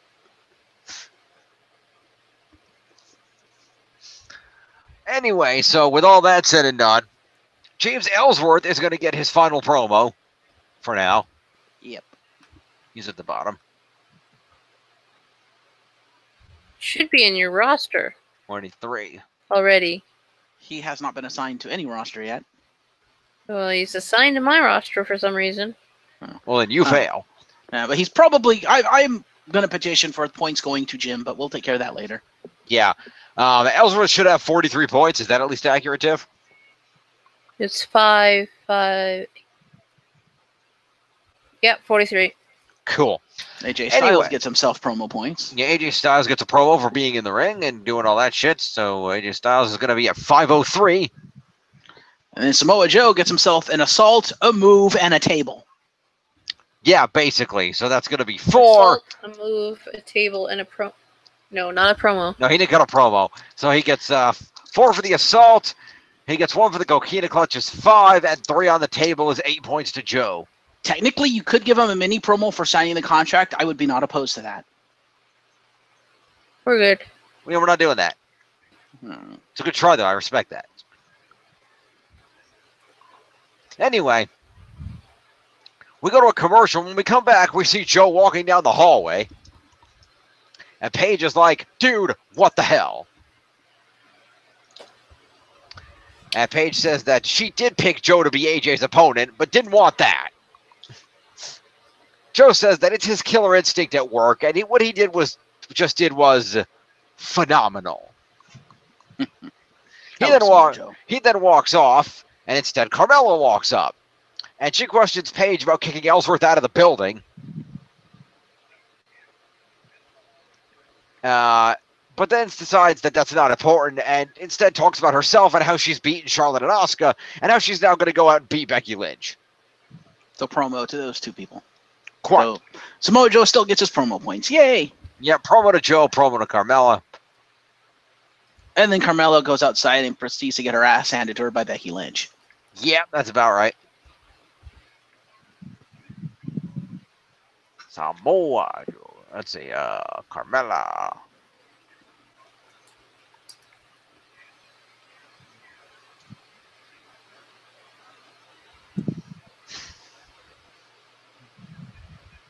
Where are you? Well, I will note something. Wait a second. Go back to Carmella for a second. Going back to Carmella for a second. Okay. Rewind her. Like, hit the back button for a second. 422. Okay. She goes up to 427 with a promo. Never mind. I don't know. I had 322 there for some reason. That's weird. Anyway, what were you saying, Jim? I was saying, by the way, WWE, you really don't think through what these things mean, do you? What do you mean? You were saying that Paige, as SmackDown General Manager, had the authority to fire James Ellsworth. Mm-hmm. That would infer that at some point in time, Paige or her predecessor, Daniel Bryan, most likely Paige, hired or rehired James Ellsworth. Or Shane or Vince rehired him. Somebody rehired James Ellsworth. Yes. Which means somebody rehired James Ellsworth knowing full well that he was going to go out in an Asuka costume and intentionally cost Asuka a championship. Yes. Yeah. Sounds like a Vince move, doesn't it?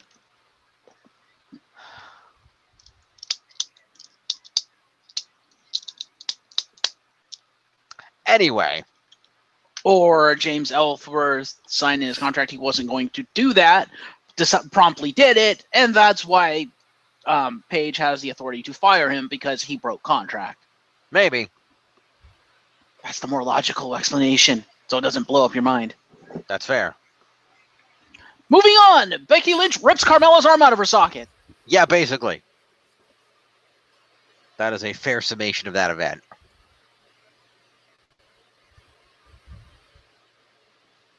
Tiff? Carmella gets 5 for the match and 2 move points. It's 7 points to Carmella. Yep.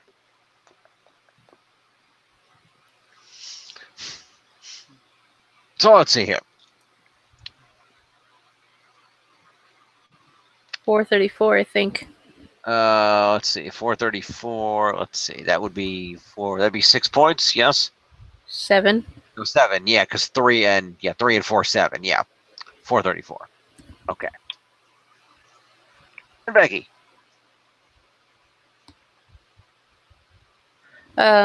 Becky, she has 5 for the match, 20 for the win, 25 in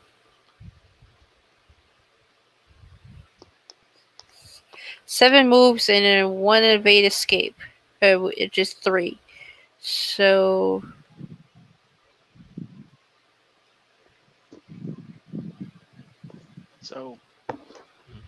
35 points to Becky Lynch, if I'm correct. All She's right. 1, 2, 3, 4, 5, 6, 7 move points and 25, 5 for the match and 20 for the win. That's 32 plus 3 is 35. Yep. All right. So that puts at 330. And news coming out of this match, apparently ripping her arm out of her socket was not the only thing Becky Lynch did that night. Because apparently she also applied to just lip her on her. Because apparently Carmella showed up like the fucking next day with a fucking swollen, torn lip. And because of that, she was pulled from the SmackDown Live events. Because obviously they don't want her to wrestle with a fucking swollen, torn lip that could get infected. Mm-hmm. And Carmella has since tweeted out, and people are wondering if this is legitimate or if she's a heel and thus kayfabe, which would make sense given Carmella of, I've currently not been medically cleared to wrestle. Hopefully I'll be medically cleared to wrestle for SummerSlam. Ah. So, yeah. Part of me says it might be partially legitimate for the reason I just stated of they probably don't want her to get infected because it could easily get infected. But at the same time, it's Carmella. I could see them working that into a storyline of, she's like, well, I can't wrestle. I have a busted lip. So, yeah. Carmella now with fat lip. Breaking news out of SmackDown. Moving on to the main event. Well, during the recap, it does say that Carmella was bleeding from a tooth. Oh, was it the tooth? I don't know, because like, her upper lip was swollen, so it could have just gone up there. That's fair enough. It said that Carmella went for head scissors for a takedown, and then it says that she was bleeding from a tooth. Oh, maybe she bit her lip. Maybe that's why it's all swollen and shit. That's fair. Either way, she's technically not medically cleared to wrestle at this moment, so. So she probably won't show up on SmackDown, my guess, this week.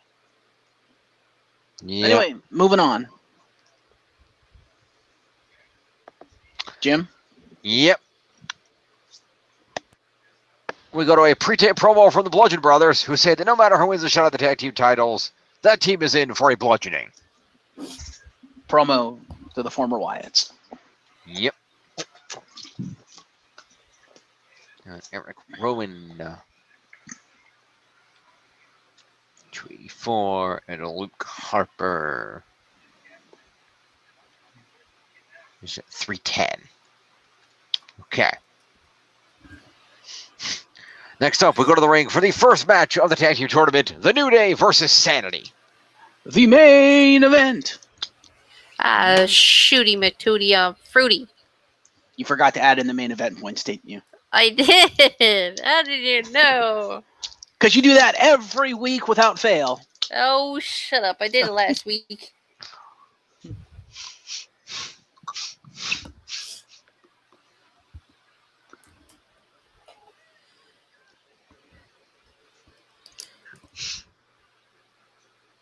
Jim, you want to go over the match while she figures out the points? Yeah, sure. Usos were on commentary. They're going to face the Bar next week. Woods and Big E represented the New Day. Alexander Wolf and Killian Dane represented Sanity. I don't know why you couldn't just have a 6-man match. Right? Well, it's because it's a tournament for the tag team champion, so it had to be legitimate tag team, not faction war. New Day is defended under Freebird rules. We're not supposed to remember that. How long has it been since their title reign? We all remember that. Cody Rhodes is defending under Freebird rules. We don't know that for a fact. He's just declared that it's Freebird rules. That doesn't mean ROH is recognizing the Freebird rules. The freaking Bear is a tag team champion. According to Cody Rhodes. I don't think ROH is going to piss off Cody Rhodes. He's making them too much money. This is true.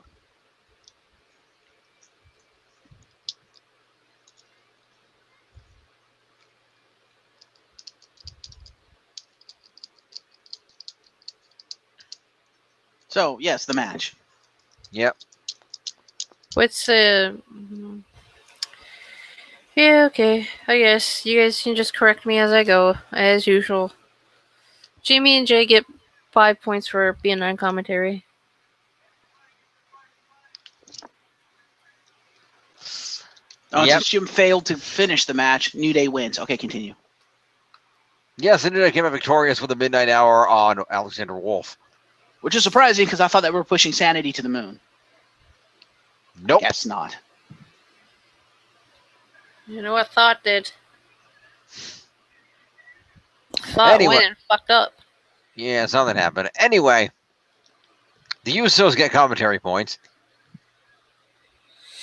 Okay, and then I believe Kofi and Eric Young both get a company points. Correct. Neither of them interfered in the match? That's Eric surprising. did, so he did a distracted twice, so that means he gets added 12 points plus 5. That's No, interference only counts once per match. Okay, well then he gets 7 points. Then. 7 points to each? No, just 7 points to Eric. Wouldn't it be 11 points? Isn't it 5 for accompaniment, 6 for interference? So wouldn't that not be 11 for Eric Young? Yeah, sorry. That's okay. That becomes 148. And then Kofi also interfered, did he not? No, it doesn't appear that he interfered. No, the Young Day, it falls apart as Young and Kofi get involved, which leads to the New Day hitting a midnight hour. So no, that's an interference for Kofi. It's an interference for Kofi. Okay, so 11 points also to Kofi. Kofi. Yeah. Kofi. Puts him at 248. Where is Kofi? Between Killian and Connor. Okay.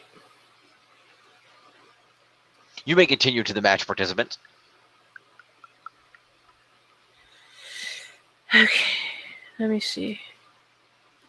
We have, you're going to correct me if I'm wrong. I have, Wolf, because we're going to go to Sanity. So okay. Wolf has 5 for the match and 1 for move, plus 4 for the main event is 10 points. Sounds good to me. To 94.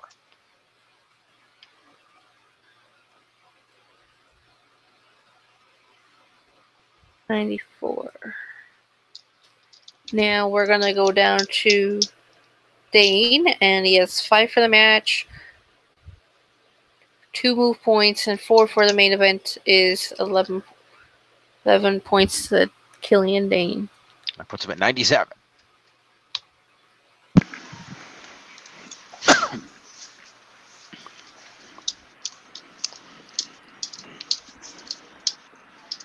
And then we'll go to the New Day.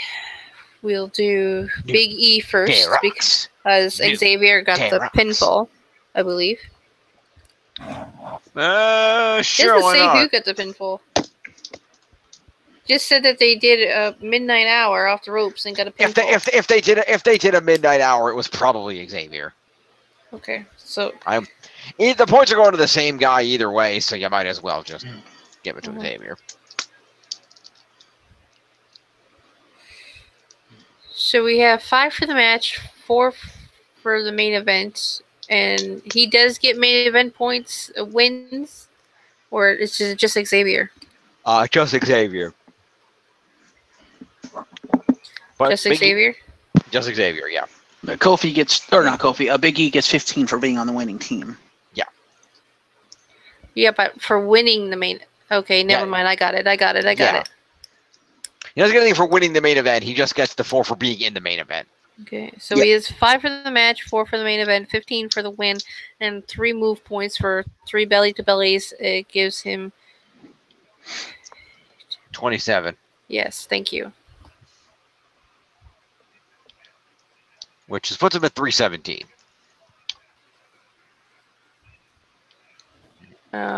Xavier, he gets... Fuck ton of points. My math could be off, but he's got 2 move points. He's got 5 for the match, 5 for winning the main event, 4 for being in main event, and 20 points for winning. Yep. Is that right? Yep. 7 plus 9 is 36. Let's see. Xavier's the one that got the pin. Yep, 29, and then the 5 is 34, and 2 is, 36, yep. You are correct. 36 points to Xavier. He is going to be at 86, and another 6 is 292. Alrighty. All right, the New Day celebrates their win. The Usos hit the ring. But the Bar's music hits, and the Bar makes their long-awaited return. Pardon me. They come on the stage and say that while they didn't miss any of us, they do miss being tag team champions. And they announced that they're going to defeat the Usos next week and become the tag team champions once again because we don't just set the bar, we are the bar. So also be noted that so we got that the Usos, while they were on commentary, were actually sitting there eating dinner. Good for them. Yeah, promo to the Bar. Yep.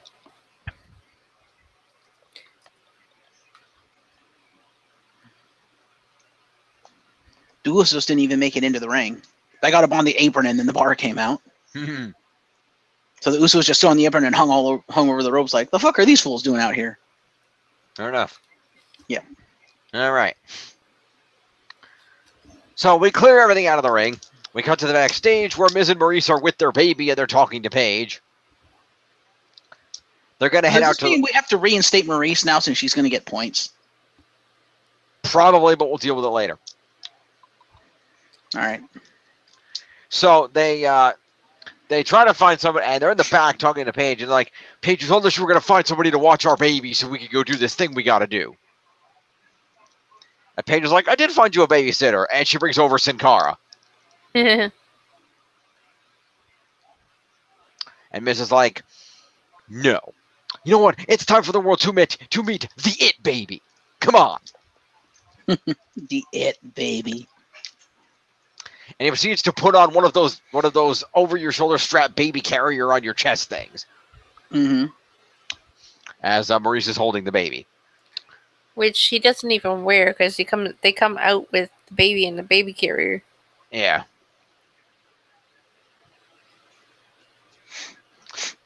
Anyway. No, he has it strapped. When they come out to the ring, he has the baby and the thing on his chest. Okay. I didn't see it. I'm just going by recap. Yeah, no, he had it on his chest. It's right in the recap there. So they come out to the ring. And Miz talks about last week being the farewell to Team Hell No. And now tonight is the premiere party for their new reality show, Miz and Mrs., which premieres tonight right after SmackDown. Is there anything to Sin Cara before you give him 3 points for showing up. We'll give Sin Cara 3 points.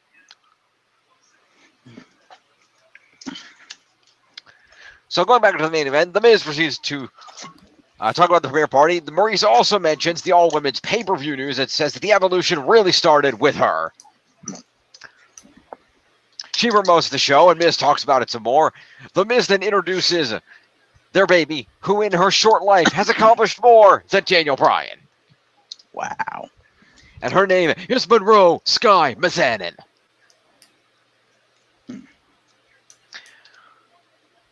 He says that the mention of Daniel Bryan has put Monroe to sleep, unfortunately. He was going to introduce her, but she's fallen asleep, so we're not going to do that. And so the Miz says it's time to skip to a special preview of their new show. And a preview of their show is shown.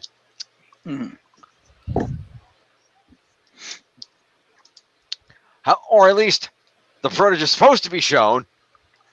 But instead of footage of Miz versus Mrs., what instead is shown is a footage of Miz getting the shit kicked out of him by an assortment of superstars.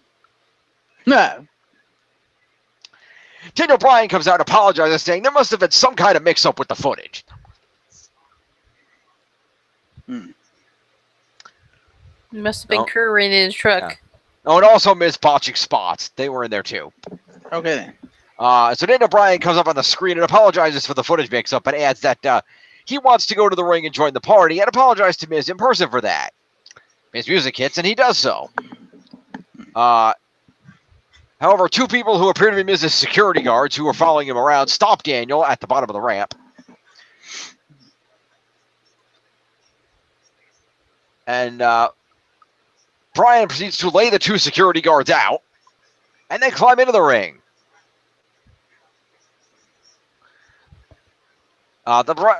Daniel Bryan then steps in the ring, and a terrified Miz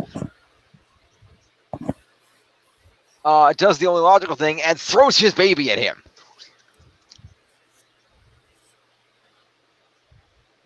Yeah, which has been completely panned by everyone, saying stupidest thing ever. No. It is not. Because it was a fake.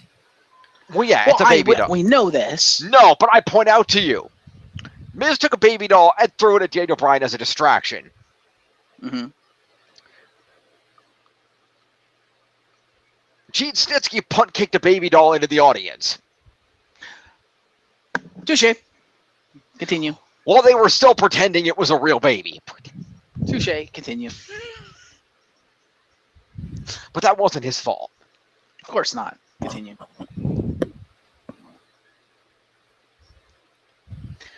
So anyway, Daniel Bryan is distracted and eats a kick to the face.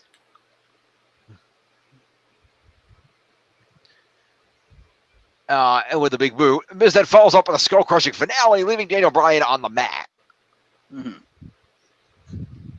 Daniel Bryan.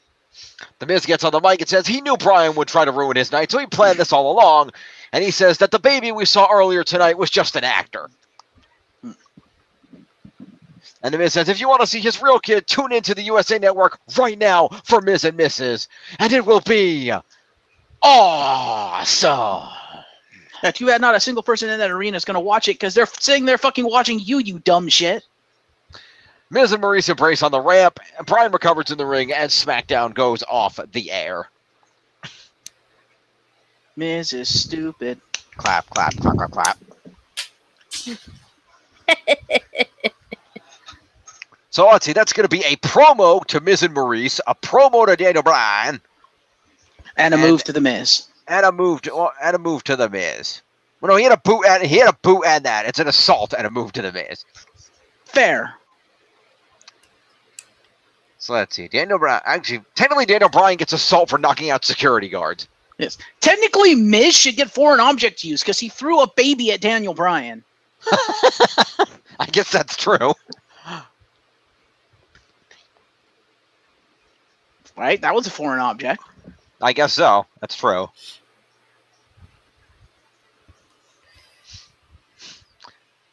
Jim, do maths. I know. Hang on. I'm trying to figure out who to... Daniel Bryan. Yeah, start with him. Bryan. Bryan gets a promo and then an assault on security guards. It's 9 points. So 541. We then have Maurice, who's going to get 5 points for a promo. Welcome back, Maurice. Where the hell is she? There we go. Looking for the number 3. There you go. 8. She has 4 points. And Dom is going to get The Miz is going to get a promo for 5 points. The Miz is going to get an assault for 9 points. And the Miz is going to get... Does he have a big boot? I don't know, but he did a skull-crushing finale. Yeah, I know. Give him the point for the skull-crushing finale. All right, we'll do that. So that's going to be 9 points. That's going to be, let's see, 5. And a UFO. A UFO? Yes, and the UFO. Yeah. Wouldn't it be UFB, Unidentified Flying Baby? Yeah. Right, so 5 for a promo, 4 on an assault, 3 on the object use is 11, and 1 for the skull crushing finale is 12 points to the Miz.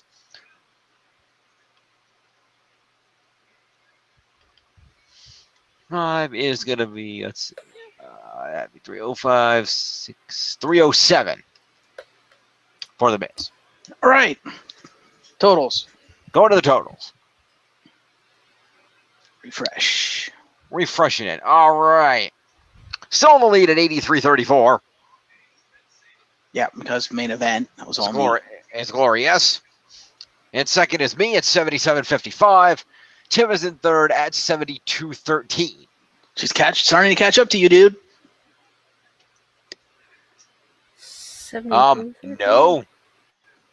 She's fallen further behind.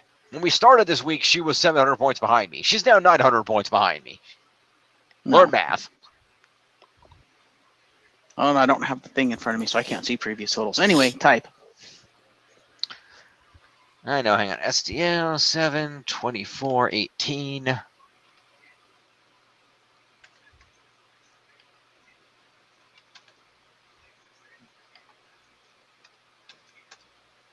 right. What the hell?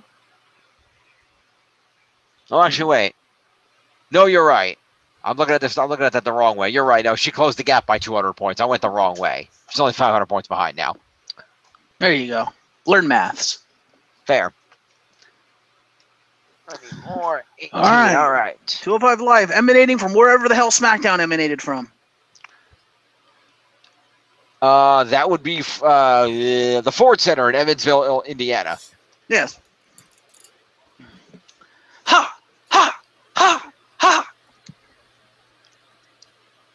Kick things off with Akira Tozawa versus Not So Gentleman Jack Gallagher. And for whatever reason, D. Brian Kendrick decided not to show his ass up. He appeared via MP4 though, because there was a pre-taped promo segment where he did fuck all. So I gave him a silent promo for 3. Hang on. Silent promo for 3? Yeah, that's what he said. Who did he give that to? Tozawa? No, the Brian Kendrick, because he couldn't bother to show the fuck up, he said. Okay. What was he there to begin with? Why is he getting 3 points? Silent promo. So he was there. It was a video promo. Oh, okay. That's fair then. Of some sort. Fair enough. I guess.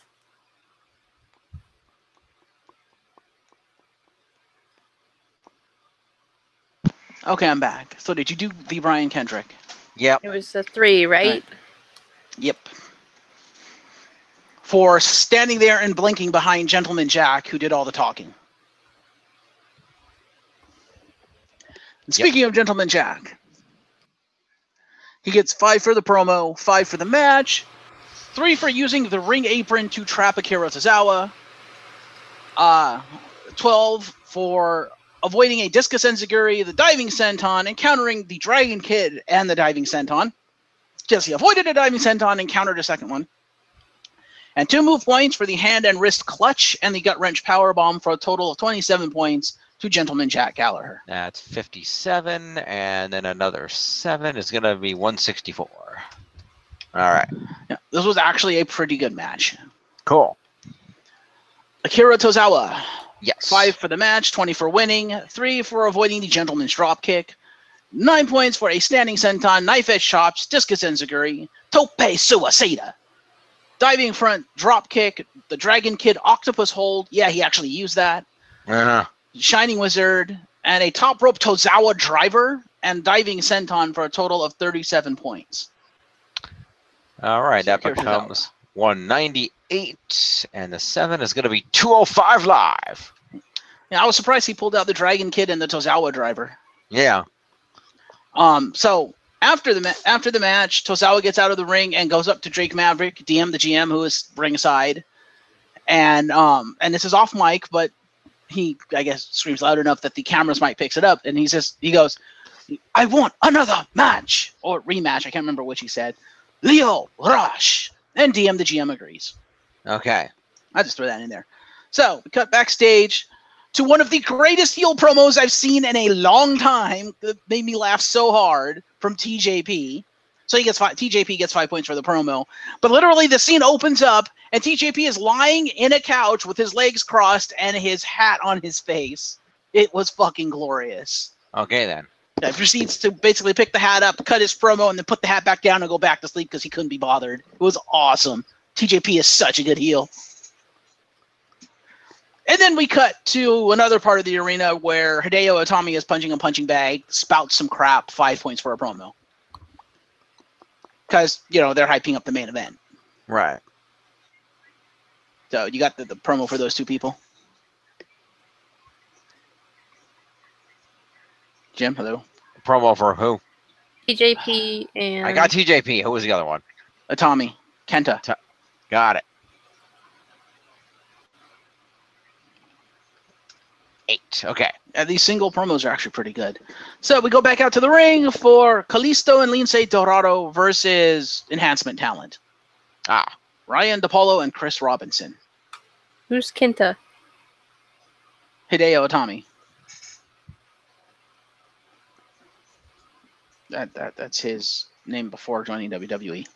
I gave 3 points to Buddy Murphy for a silent promo. All right. Because he was watching backstage. So they cut to that, show that in the middle of the match. Because Tony Nese wasn't there, and the two members of the Lucha House Party that bothered to show up actually cut a promo prior to the match, and they showed that as they're coming down. And I swear to God, Kalisto not only looks like Rey Mysterio, he sounds like Rey Mysterio. Okay, then. He's like, "Hey, Tony, where you at, bro?" Like, wow, you sound a lot like Rey Mysterio. Holy shit. Yeah, they call Tony Nese out on the fact that he's not there tonight. And proceed to make fun of him, and then they go out for their match, and then cut back to the ring where they're already out there. Yep. And they proceed to wipe the floor with the Enhancement Talent. Okay.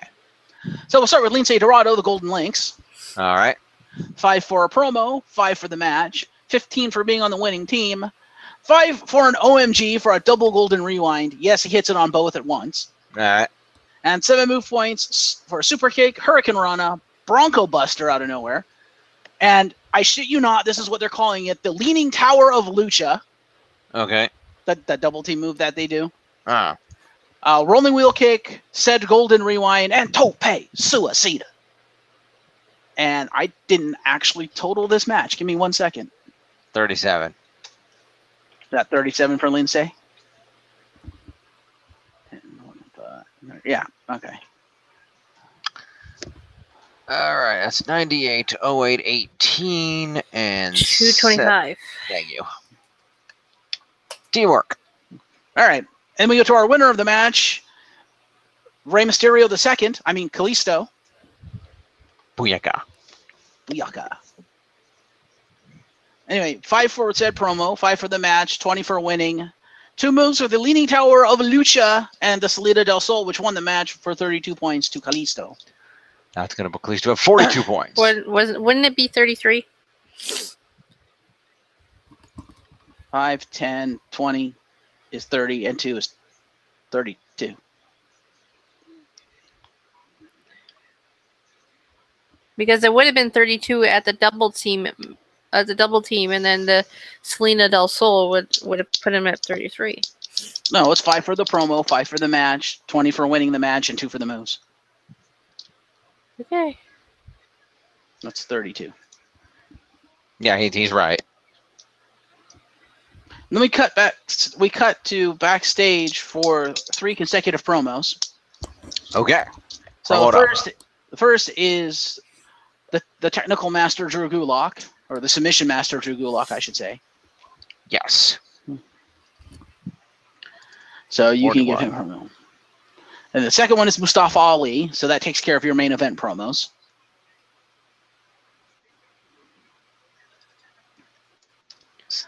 Oh, I'll take that. there we go. And the third is Lio Rush responding to Akira Tozawa wanting a rematch. Does he accept said rematch? He doesn't have a choice. DM the GM made the match. Oh, okay. Who is the second promo again? Mustafa Ali.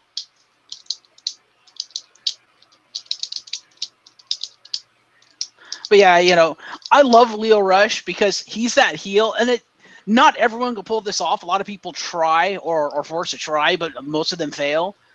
Lio Rush is that type of heel that just grins all the time because he's that fucking arrogant and cocky. Mm-hmm. And he pulls it off so well.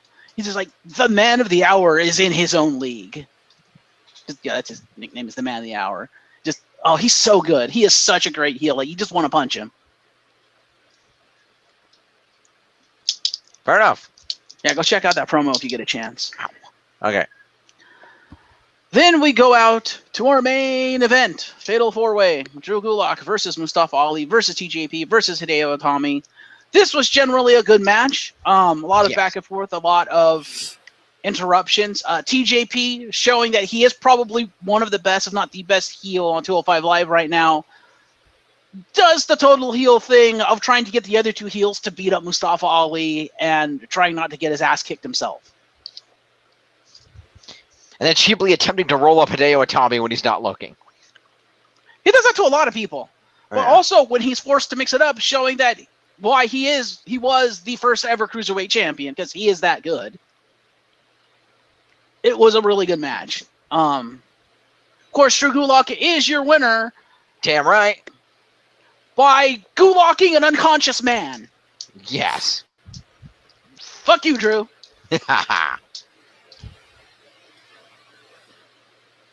Literally, TJP knocked Mustafa Ali unconscious, and then Drew just like tossed fucking TJP aside and Gulaked his ass. I'm like, fuck you. That was bullshit. Hashtag better 205 live. Yeah, we'll see about that. And then after the match, or in the middle of the match, we get silent promo by Cedric Alexander, who is watching the match because, well, it affects him. Yes, so it 3 does. points to the Cruiserweight champion. Sure, why not?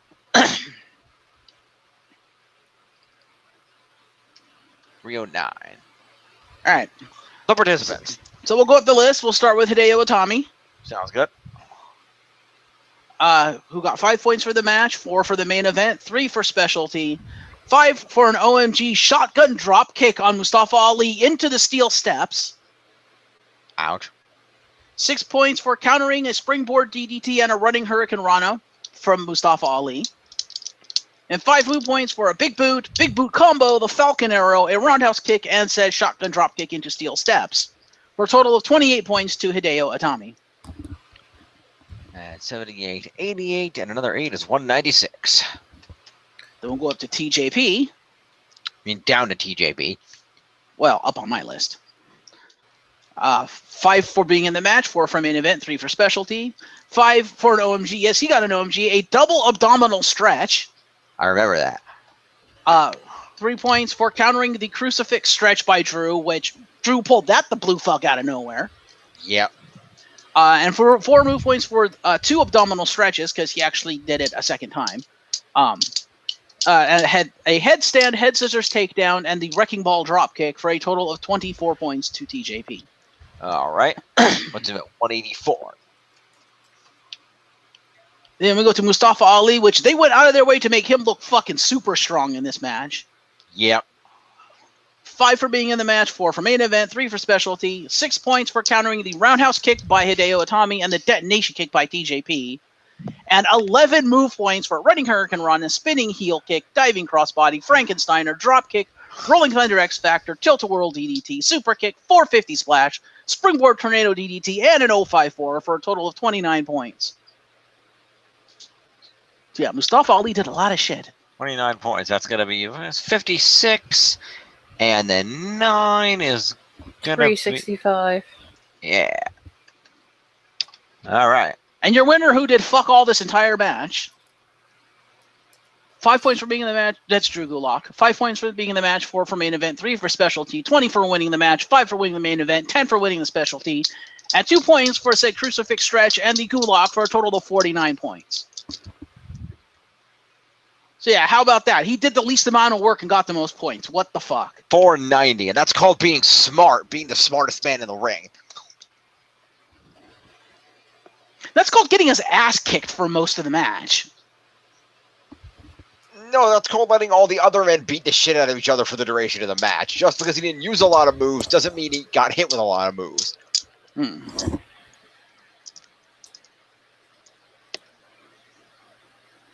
And Gallagher and the Brian Kendrick, who did decide to show up for this one, come out and celebrate with him, but I didn't give them points for that. That's fair. So yeah, think on that one, Gallagher. Fucking Kendrick couldn't be bothered to show up during your match, and you fucking lost to Akira Tozawa, but he could be bothered to show up for Drew Gulak to celebrate with him. Yep. So that's your 205 Live. Well, you know what? Sometimes that shit happens, because Gulak is the number one contender. Gallagher had his shot, and he didn't win. Gulak is the number one contender now. He wasn't going into the match. No, but they knew that he would be. I mean, that still doesn't explain why Brian Kendrick wasn't out there for Gallagher's match. He had full faith and confidence that Gallagher could handle himself. He was wrong. Yeah. By a lot. Yeah, well. Shit happens. Anyway, totals. Quite.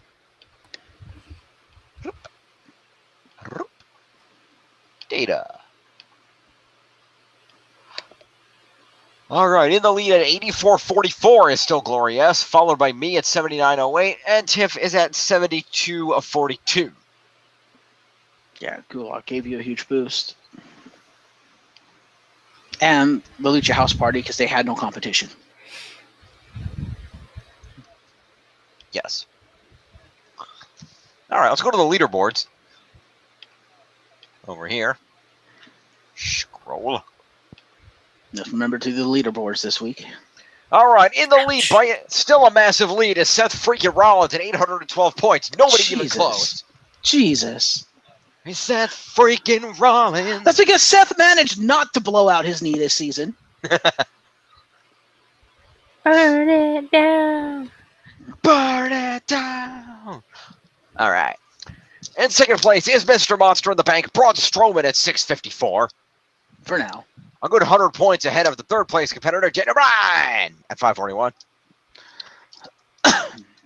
Jeff Hardy coming in at 534 in fourth place, followed by AJ Styles, the WWE Champion, in fifth at 503, just 1 point ahead of Finn Balor at 502, who is only a couple of points ahead of the big dog Roman Reigns at 499, followed by Drew Gulak, the number one contender of the Cruiserweight title at 490, Dolph Ziggler, the Intercontinental Champions, at 485, Bobby Lashley coming in at 440 and is tied in the last place. We actually get an 11th because Bobby Lashley and Curtis Axel are tied at 440 a pop. Okay, then. So we actually have a top 11 this week. With your Wounded Women's Champion coming in at number 11. Yep. Number 12, you mean? Oh, I see. Okay, yeah. Sorry, it's number 12. Because Curtis and Lashley were tied. They're both counted in the top 10, even though it makes it 11. Fair enough. Dems and bricks. Fair enough. All right, we're going to save that. Turn this off. There we go. All right. Get that over there. All right. Well, thank you two for joining me as always. Absolutely. I've been your host, James Phoenix. They've been Jeff and Tiff. Hi. And we will see you next week for the usual shenanigans. There will be many things. There will be news. There will be scoring. There will be a Cruiserweight Championship match. There will be a Cruiserweight Championship match. I will note the dates are going to slightly adjust next week. Probably. Okay. I'm going to talk to them about that off the air. But more likely than not, we're either going to do News Thursday and Scoring Friday or both Friday. So we will see. Okay. But with that, see you next time, folks.